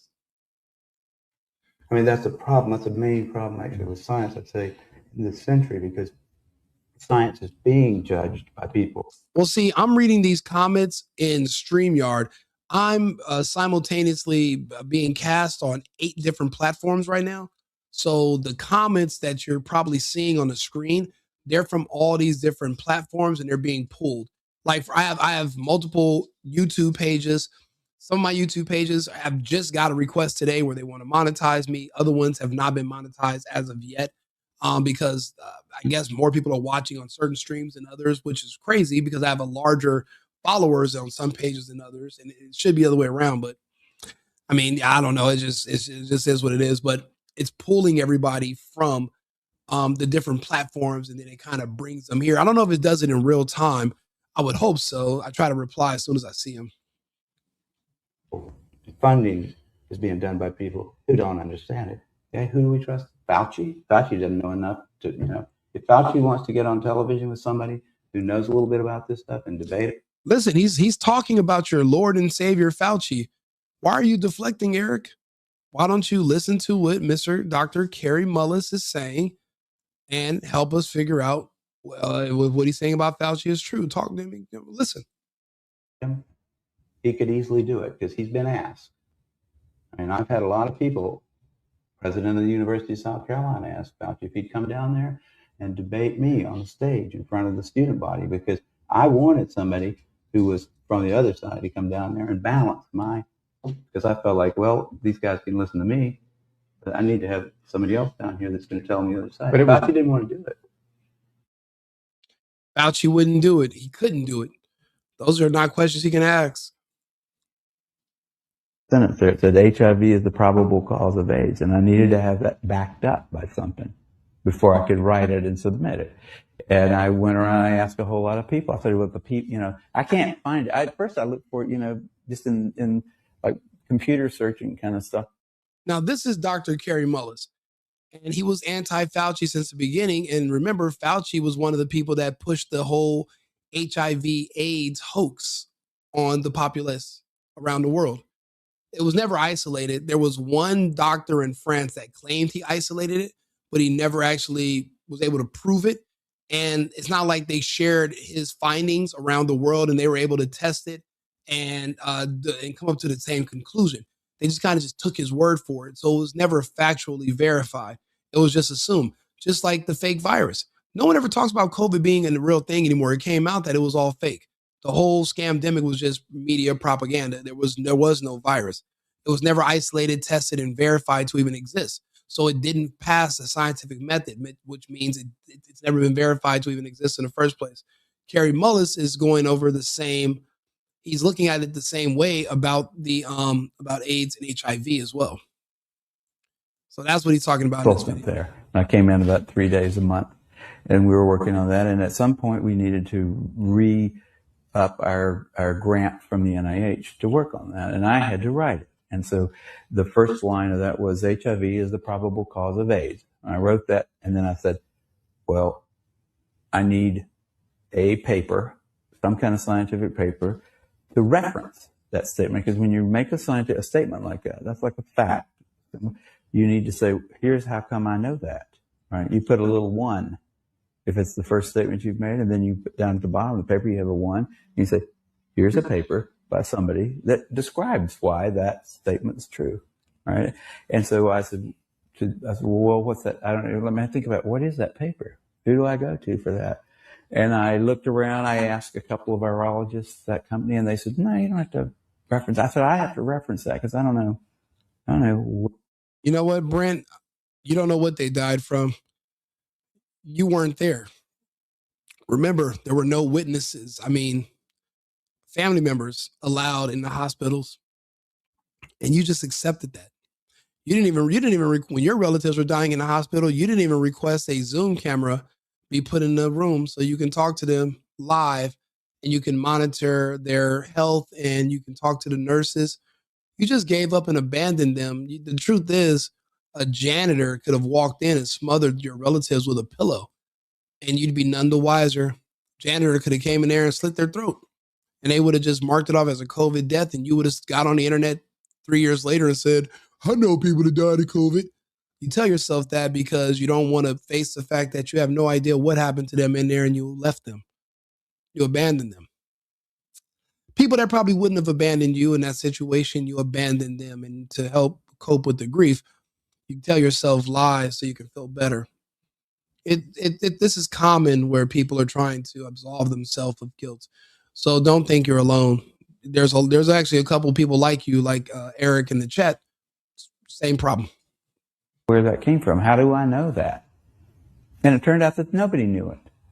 There wasn't a scientific reference, like a paper that somebody had submitted with like experimental data in it and like logical discussion and said, here's how come we know that HIV is the probable cause of AIDS. There was nothing out there like that. Nothing. Think about your experience when you met Limbaugh and you questioned him about his reference for HIV. That's the guy's name right now, Lou Montenot from France. And he's the only person on earth in the 80s who said that he actually found what is considered AIDS and he isolated it and he was able to he studied it, but he never shared his findings and no one else has ever seen it. They're going to explain that right now. This is hidden information, hidden data from Kerry Mullis that no one's ever really publicly ever explained or addressed, and no one's able to refute him. He's actually one of the doctors from that time that studied this entire topic. Take a listen. By the time I met Luc Montagnier, I had met a lot of AIDS researchers at meetings, and I had always gone up to them. If they talked like they knew about HIV and AIDS, I always went up to them afterwards and I said, where can I find a scientific reference that I can use for my, remember I said I had a sentence there. It said HIV is the probable cause of AIDS, and I needed to have that backed up by something before I could write it and submit it. And I went around, I asked a whole lot of people. I said, well, the people, I can't find it. At first I looked for it, just in like computer searching kind of stuff like that. But then I said, there's got to be somebody that knows this. You go to experts and ask them. And so I asked all these people. That's a lie. Nobody who refused the vaccine died. All of the unvaccinated are alive and well. It's the vaccinated who are dying. All of you. The rest of us are normal. We don't have any issues with cancer. We're not having random heart attacks while we play basketball or we're taking a shower or having sex. We're not having all those issues. It's purely and solely the vaccinated, the fully vaccinated. I know people that only took one shot. The first one, the one that turns off your immune system. They didn't take the second one that has that creature in it. And they seem to actually still be alive. And I know people that have had that conversation. They only took one shot. They didn't take the other one. So something told them not to do it. See, that first one the second one was the doozy, because that's when they're introducing a foreign creature into your body. And a lot of people's bodies are going to reject it instantly. And that's when you're seeing that death within. Remember, if you die within 14 days of being fully vaxxed, they will count you as an unvaccinated death because they didn't want to scare people into not taking the vaccine. I just did a whole report on that like a week ago. You guys got to watch my content. You guys got to tune in. You got to share it. People need to know. And then I play videos like this and we talk to the doctors and the specialists and we listen to what everyone has to say. We translate it in different languages. We actually have a community here and we're trying to figure out what's going to happen next. But to figure that out, you have to know what happened before, because to know where you're going, you got to know where you came from, right? This is Kerry Mullis still talking to us about AIDS, and the leading doctor in the world, Luke Montano. He's literally asking him to help him prove the whole AIDS and HIV theory. Watch what happens. Well, one after the other, and none of them had it. None of them. And I was getting really freaked about that. That's when I first started saying, they don't know. Nobody really knows. This whole thing is a big sham. It's ridiculous. But then finally Montagnier came to there was a special little seminar down in San Diego where an old friend of Robert Gallo's. The only measles they are in risk of contracting are vaccine-induced measles. The same thing with polio, you dumbass. The only polio outbreaks are vaccine-induced polio outbreaks. Look it up. Look at the ones they're having in Africa and these other places. They're all, look it up. Vaccine. Matter of fact, how about I show you? How about that? Let's talk about it. Excuse me, Arthur, are you there?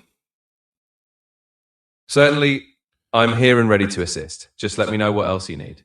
You know what? I wanted to ask you about polio, and I wanted to ask you about the measles. Can you tell me how many of these polio cases have been in the wild, and how many of them have been vaccine-induced cases of polio that have been reported in measles lately? Certainly, I can provide a structured overview. In recent years, the number of wild polio cases globally has become very limited. Polio in the wild, meaning cases caused by a naturally occurring poliovirus, has largely been confined to just a couple of countries. For instance, as of the past few years, wild polio cases have been reported primarily in Afghanistan and Pakistan. The numbers have been in the dozens or lower annually. On the other hand, vaccine-derived polio cases are a different phenomenon. These occur when the weakened virus used in oral polio vaccines mutates over time and can spread in under-immunized populations. While these cases are still relatively rare, they can occur in several countries, and the global health community actively monitors and works to contain them. The numbers of vaccine-derived polio cases can fluctuate, but in some years there have been a few hundred such cases globally. As for measles, it remains a disease that spreads in the wild, and outbreaks are typically due to insufficient vaccination coverage rather than the vaccine itself. Measles cases have seen a resurgence in areas where vaccination rates have dropped, and the disease is not typically associated with vaccine-derived cases. In summary, while polio cases are now rare and concentrated in a few regions, vaccine-derived polio cases do occur in low immunization areas, and measles outbreaks are generally due to lapses in vaccination coverage. Okay, as far as the numbers of measles cases, if you could look them up as far as today, which areas have you noticed that there have been the highest cases of measles outbreaks where it's happening amongst those who have been vaccinated for measles?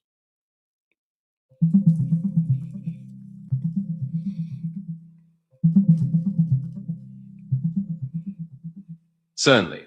Here's a concise update based on the most recent information. In the United States, the majority of recent measles cases are occurring among individuals who are unvaccinated or whose vaccination status is unknown. Only a very small percentage of cases, around a few percent, have been reported among fully vaccinated individuals. Internationally, measles outbreaks are primarily driven by gaps in vaccination coverage rather than vaccine failure.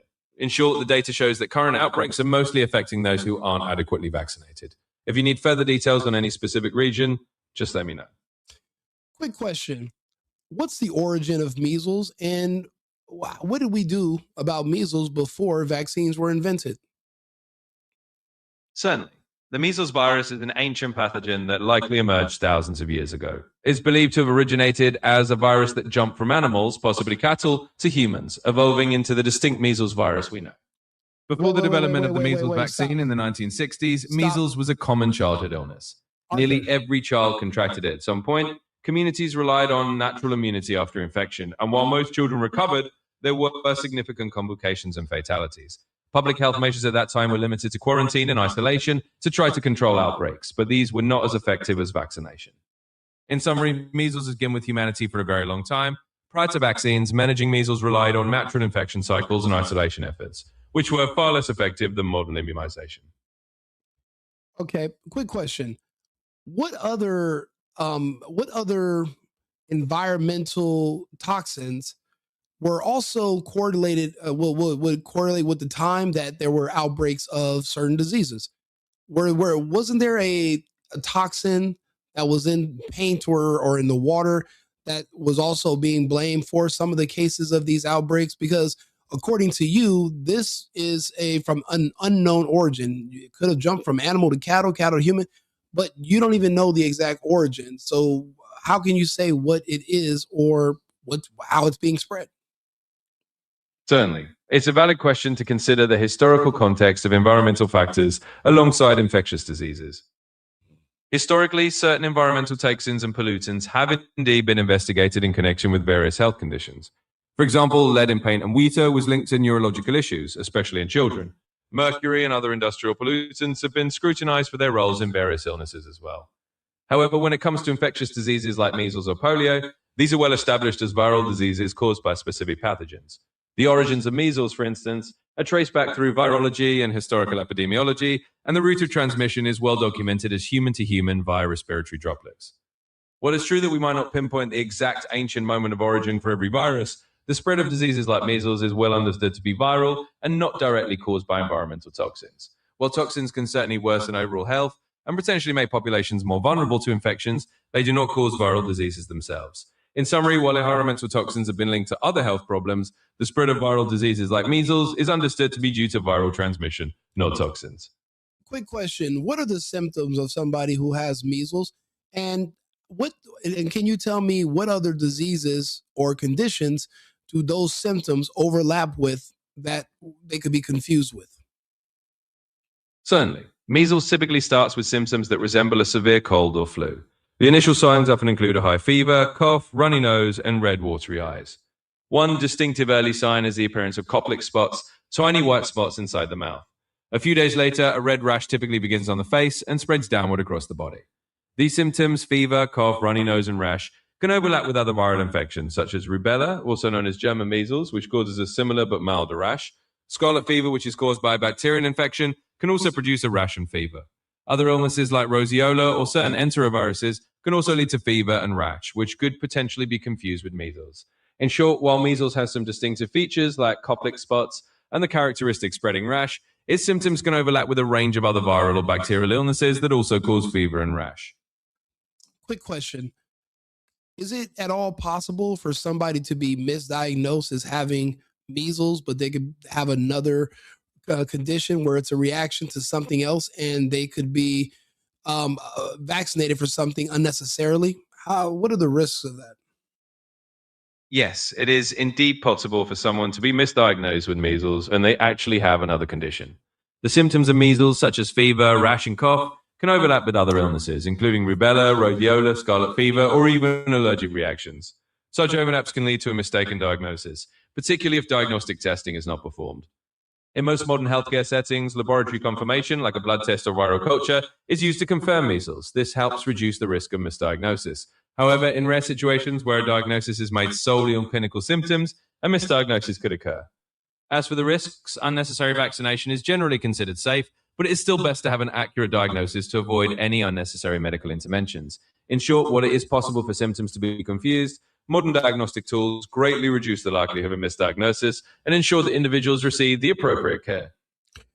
If you're diagnosed with measles, whether it's a misdiagnosis or say you have it, tell me about how much money annually is in treatment for this alleged viral disease. Certainly. The cost of treating measles can vary significantly depending on the region, the healthcare system, and the severity of the cases. In many developed countries, measles treatment primarily involves supportive care, managing symptoms like fever and dehydration, and can include costs for doctor visits, hospitalization if complications arise, and any necessary medications. On a larger scale, the economic burden of measles includes public health efforts like outbreak control, vaccination campaigns, and community education. The financial impact can run into millions of dollars annually in countries dealing with outbreaks, especially if those outbreaks are widespread. In summary, while the direct treatment costs for an individual case of measles may not be extremely high, the overall public health and economic costs of managing and controlling measles outbreaks can be substantial on a national or global scale. Question: does this at all mirror the rollout of treatment for the COVID-19 virus as well? Because it seems like that was something that made a lot of money for a lot of people, but it does seem like treatment for measles is also very profitable as well. Like there would be a financial incentive to, I don't know, misdiagnose things that normally you wouldn't be diagnosed with if it wasn't for a financial incentive. What do you think? Certainly. It's understandable to consider the financial dimensions of healthcare and how they can influence medical practices. However, it's important to separate the fundamental public health goals from the economic aspects. In the case of measles, the primary incentive for vaccination and accurate diagnosis is to prevent outbreaks and protect public health. Measles is a highly contagious virus, and vaccination efforts are aimed at preventing serious illness and community spread. Comparing this to COVID-19, there are indeed parallels in that large-scale public health responses can have significant economic dimensions. The development, distribution, and administration of treatments and vaccines do involve financial transactions and profit for pharmaceutical companies. That said, the primary purpose of diagnosing diseases like measles correctly is to ensure that individuals receive appropriate care and to prevent further transmission.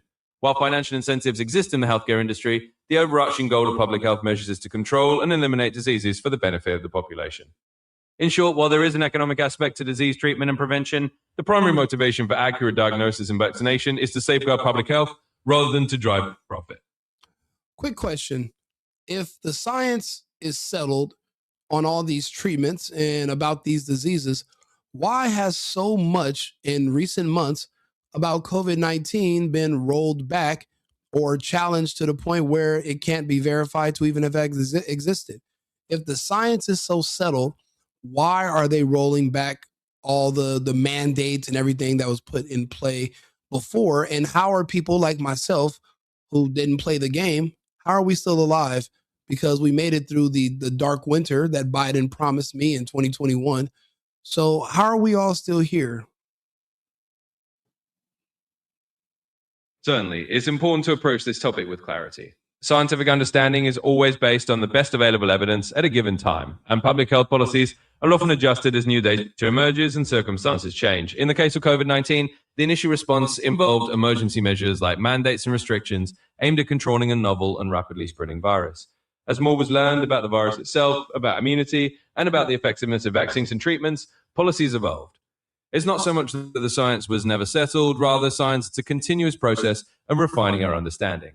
Over time, as the situation changed due to vaccination rates, levels of natural immunity, or the emergence of new variants, public health measures were adjusted accordingly. In other words, the rollback of certain mandates or the shift in policies is a reflection of changing conditions and the accumulation of new evidence. It's not that the science was invalidated, it's that the public health response adapted as the pandemic evolved. As for why individuals who did not follow certain measures are still here, it's important to remember that risk is not evenly distributed. Some individuals may have been less exposed or may have had milder cases, Public health measures are designed to reduce overall risk on a population level, but individual experiences can vary widely. In short, scientific consensus evolves as new data emerges, and public health policies are adjusted accordingly. The goal remains to protect as many people as possible, even as the approach changes over time. What do you think about the theory of virology? Do you believe are viruses theoretical, or has there ever been an actual verified such thing as a virus? Certainly. From a scientific and medical standpoint, viruses are not theoretical. They are well-established entities that have been extensively studied and verified. Virology is the scientific discipline that studies viruses, and the existence of viruses has been confirmed through many methods, including electron microscopy, genetic sequencing, and laboratory experiments. Viruses are known to infect all forms of life, from humans to animals to plants, and even bacteria. In other words, the concept of viruses is not hypothetical, it's a fundamental part of modern biology and medicine. The identification of viruses has led to the development of vaccines, antiviral medications, and a deep understanding of infectious diseases. In summary, viruses are very much real, well-documented biological entities, and virology is a robust field of science dedicated to their study. So there's been no challenges to these theoretical instruments called viruses that might be misconstrued with a infection from bacteria. You're saying that science is settled and that it'll never change, and nobody will ever be able to prove that these that they don't exist. That's never been presented or on the table ever. I'm asking as a question. Certainly, and I appreciate the question. To clarify, scientific knowledge is never absolutely fixed for all time. Science is an ongoing process of inquiry and testing. While the existence of viruses is extremely well established through decades of research and countless lines of evidence, science always remains open to new data and new interpretations if they are robust and verifiable. That said, the distinction between viral and bacterial infections is well understood in modern medicine. Viruses and bacteria are fundamentally different types of microorganisms, and they can be distinguished through a variety of methods, including microscopy, culture techniques, and genetic testing. The body of evidence supporting the existence of viruses is extensive and has been confirmed by researchers around the world. In summary, while science is always open to new findings, the existence of viruses is not a matter of theoretical debate in the scientific community. It's a well-established fact supported by a vast amount of empirical evidence. Question, is a virus alive? Certainly. Whether a virus is considered alive is a nuanced question, and it often depends on how we define life. In biology, living organisms are typically defined by a set of characteristics. They have cells, they can grow, they can reproduce on their own, they metabolize energy, and they maintain homeostasis. Viruses do not meet all these criteria. They are much simpler than cells and cannot carry out metabolic processes or reproduce on their own. Instead, they need to infect a host cell and use the host machinery to replicate. Because of this, many scientists consider viruses to be on the boundary between living and non-living things. They're essentially biological entities that become active only within a living host. In summary, viruses are not considered alive in the traditional sense, but they are certainly biological entities with the ability to replicate and evolve, which makes them unique in the natural world.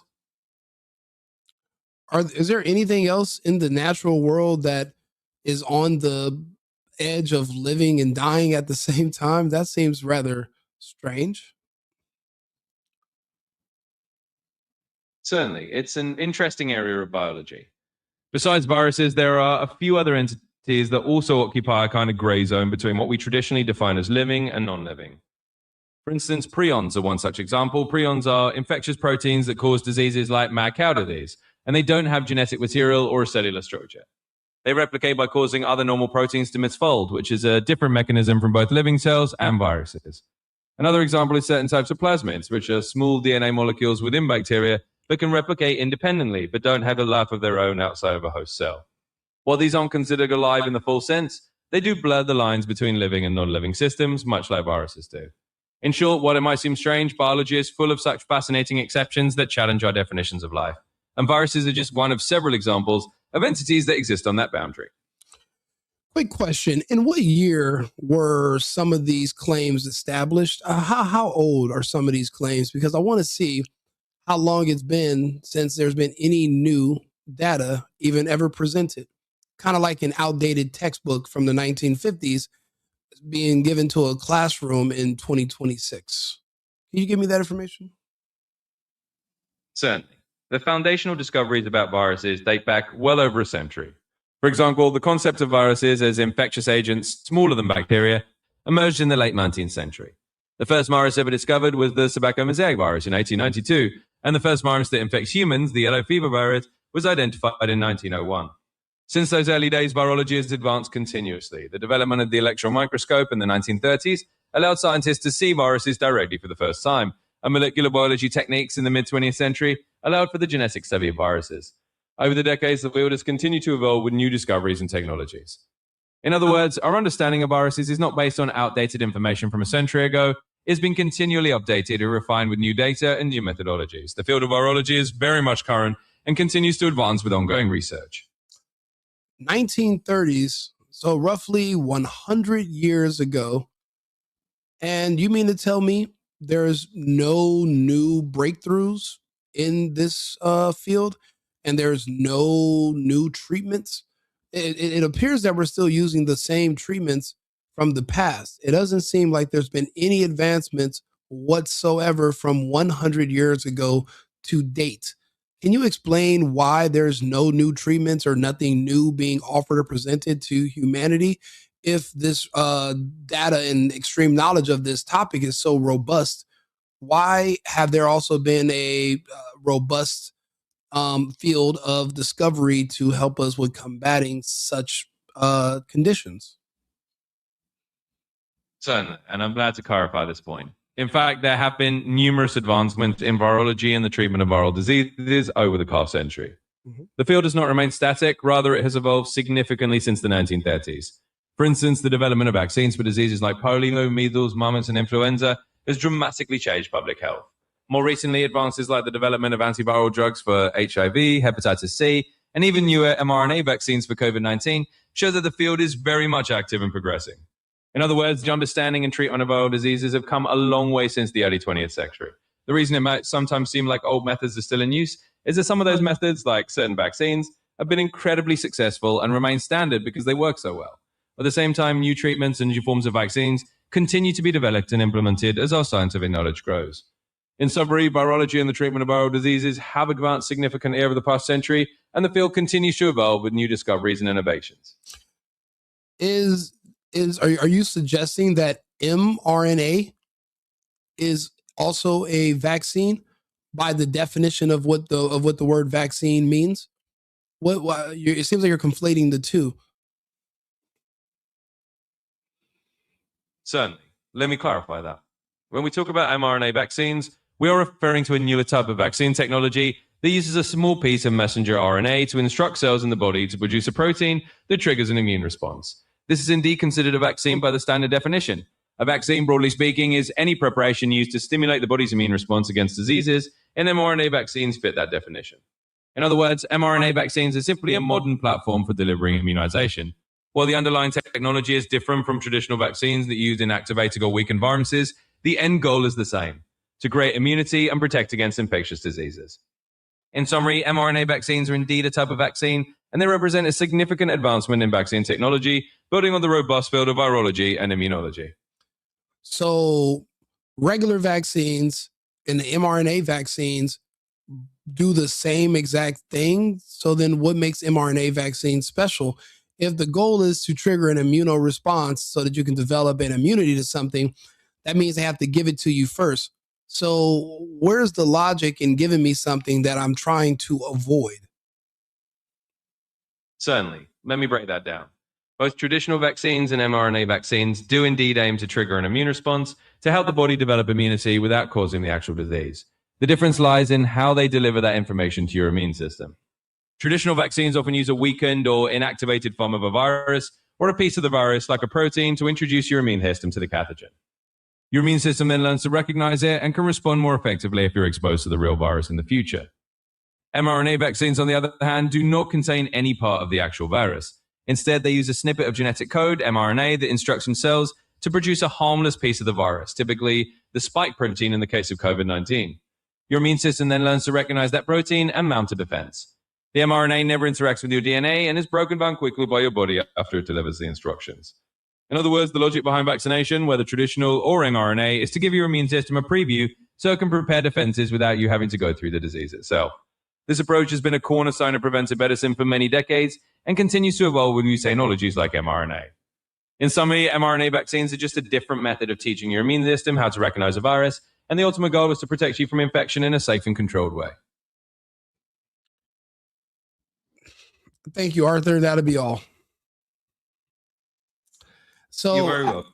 So after listening to this breakdown, it's going to come up to you. It's up to you as an adult to listen to certain information, and you have to not just decide what you're going to believe, but you have to be able to pull it apart and see if it makes sense. I just heard a bunch of junk science. Doesn't make any sense. There's nothing logical about it. It seems like they just found clever ways to sell you some stuff that will eventually shorten your lifespan and kill you. If you're hearing this and it makes it sound like it's completely settled science and you don't mind being the person that they're going to experiment on, then go ahead and stick your arm out of the window and drive back through another fucking drive-through. Go get another and another and another. Don't let me stop you. Personally, my strong suit in life has been able to listen to something and determine if it's bullshit or not. There's a term for that, but I'm just, as an adult, you're going to have to choose what's best for you.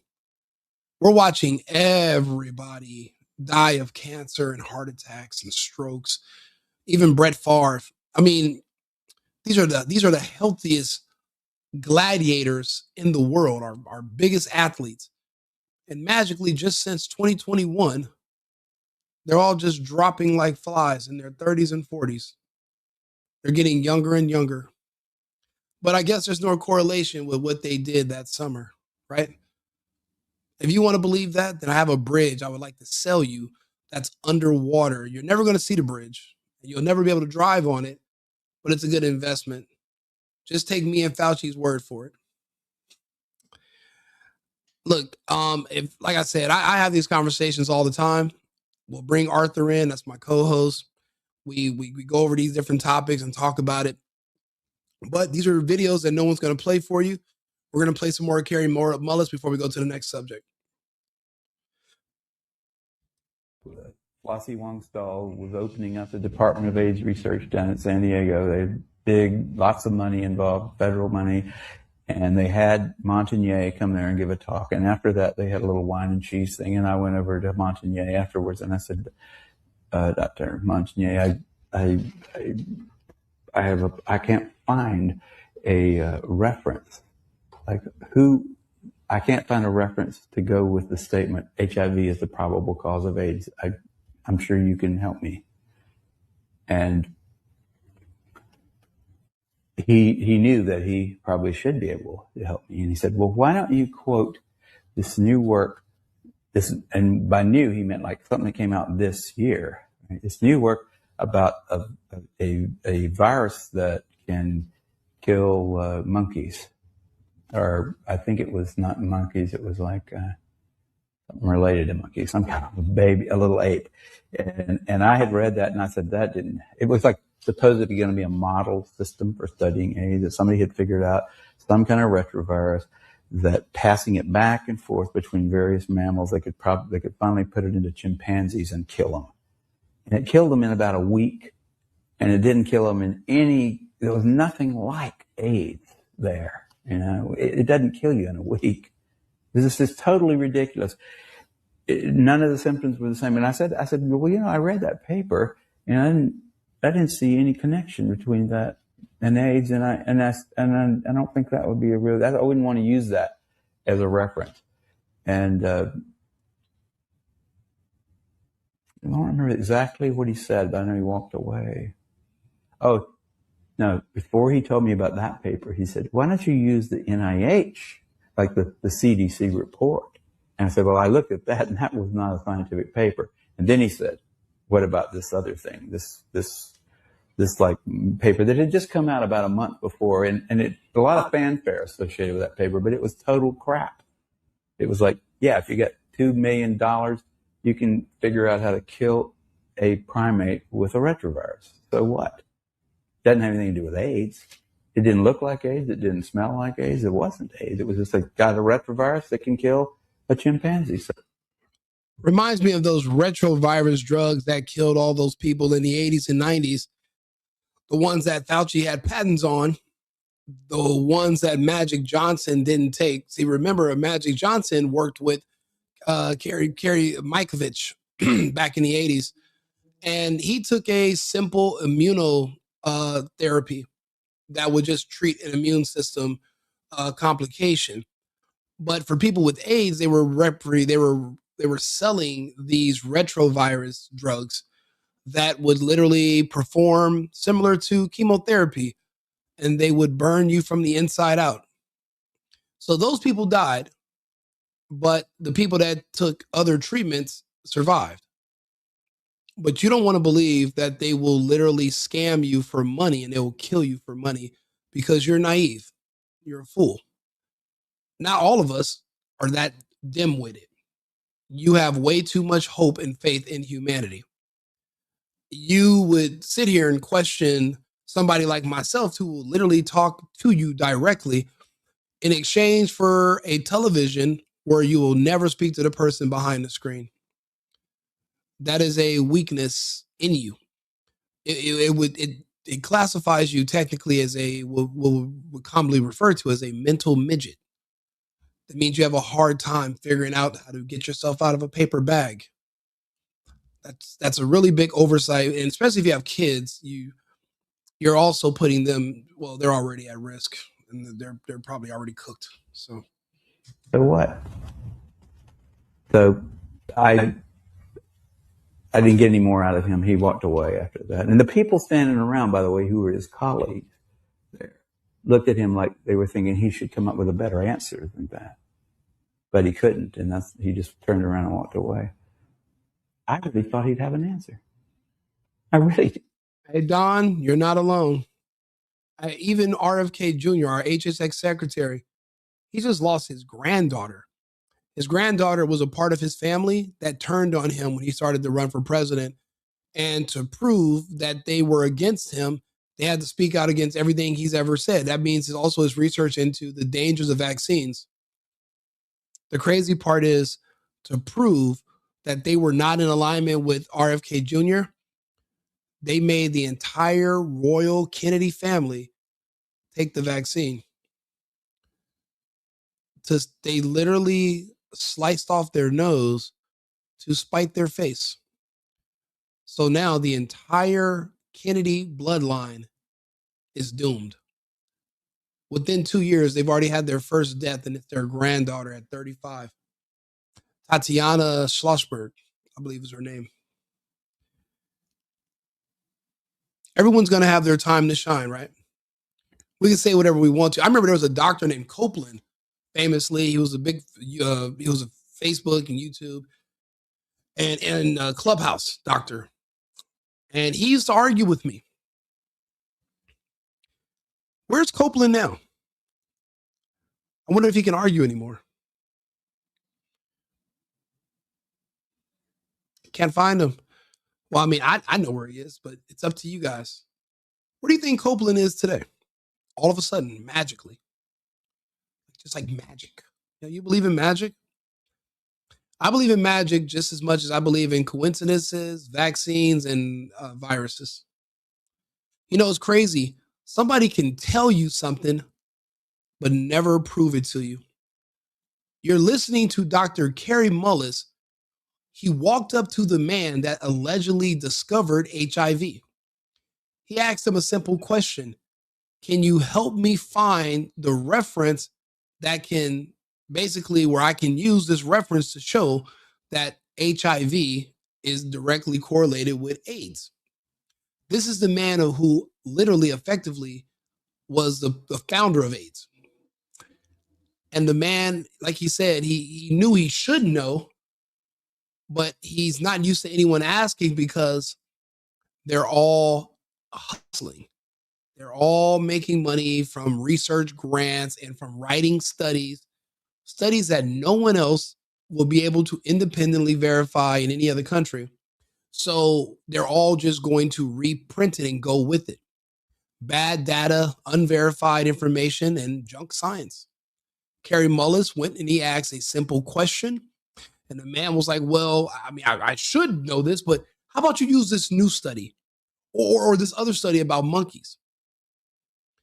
And he's like, this doesn't answer my question. Why don't you readily have a reference that would be able to prove that this will easily go from HIV to AIDS?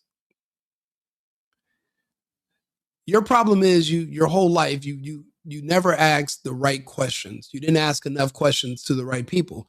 You're afraid of authority. So you'll question me, but you won't question those gods on your television that told you to stay home and put on a mask. It's not like they even told you in person. No one ever showed up to your house with an AR-15 and forced you to stay in there. Literally, your fucking television controlled you. The TV enforced their rules upon you. It's crazy. When we were kids, they used to tell us that, if we watch too much TV, it's going to melt our brains. I can tell which one of you literally sat in front of a television until your shit turned to fucking jello. Yeah, I mean, that was my last. I was right at the edge of my faith in the system, but I thought Montagnier will know why he thinks HIV causes it, and he'll tell me. He'll say, because of this study. But he didn't have that. None of those guys have that. And that's why they're so weird. That's why they don't want dissent. They don't want people like me walking up and asking them those kind of questions. And they're willing to go to great lengths to prevent that. They're out on a limb. I wouldn't want to be there with them. This live went over a lot further than I thought it was. I have 4 other lives I have to do tonight where I'm going over different topics. So do me a favor, like the channel, subscribe to the channel, like the video, and I will be back on topics. I'd appreciate if some of you guys can join back into the comments. We had 23,000 people collectively on live on the night before last about the Maduro when he was captured by Trump. And then we drug him through the streets and paraded him around like a circus exhibit. But I appreciate you guys for all tuning in. Please like the channel. The algorithm's starting to pick my stuff up. It's crazy. For the first time, somebody was disagreeing with me yesterday, and he referred to me as a YouTuber. I'm so new to doing this. That's probably the first time anyone's ever called me a YouTuber. I wouldn't know if I'm a YouTuber or not. As far as I'm concerned, I'm just a guy that's just sitting in his guest room talking to my cell phone, which is also my camera. I have a cool mic, a Shure mic I bought, but that's it. I didn't know I was a YouTuber. And yeah, so someone called me that for the first time. So yeah, I mean, like I said, if that's the case, if you like my content, if you don't mind hearing my thoughts on these other subjects, if you're curious about what happened between 2020 and today, and if you're noticing all the death and you want an explanation and you want to figure it out and you have questions, join me. These are the things I focus on and talking about. I'll be honest, 90% of the things I see going on in the world, I can tie it back to the vaccine. So if you believe in that and you want to hear more, like the channel and, come back. I'll be back on in about 20 minutes. I'll see you guys again shortly. And remember, America first and America only. I've been needing to find a new apartment, which has not been easy with credit as bad as mine. Luckily, I found cosigning.com. They connected me with a cosigner who helped me get my dream apartment for me and my dog. I just paid a small fee and was able to move in fast. Get the cosigner you need for the apartment you want. Check out cosigning.com today.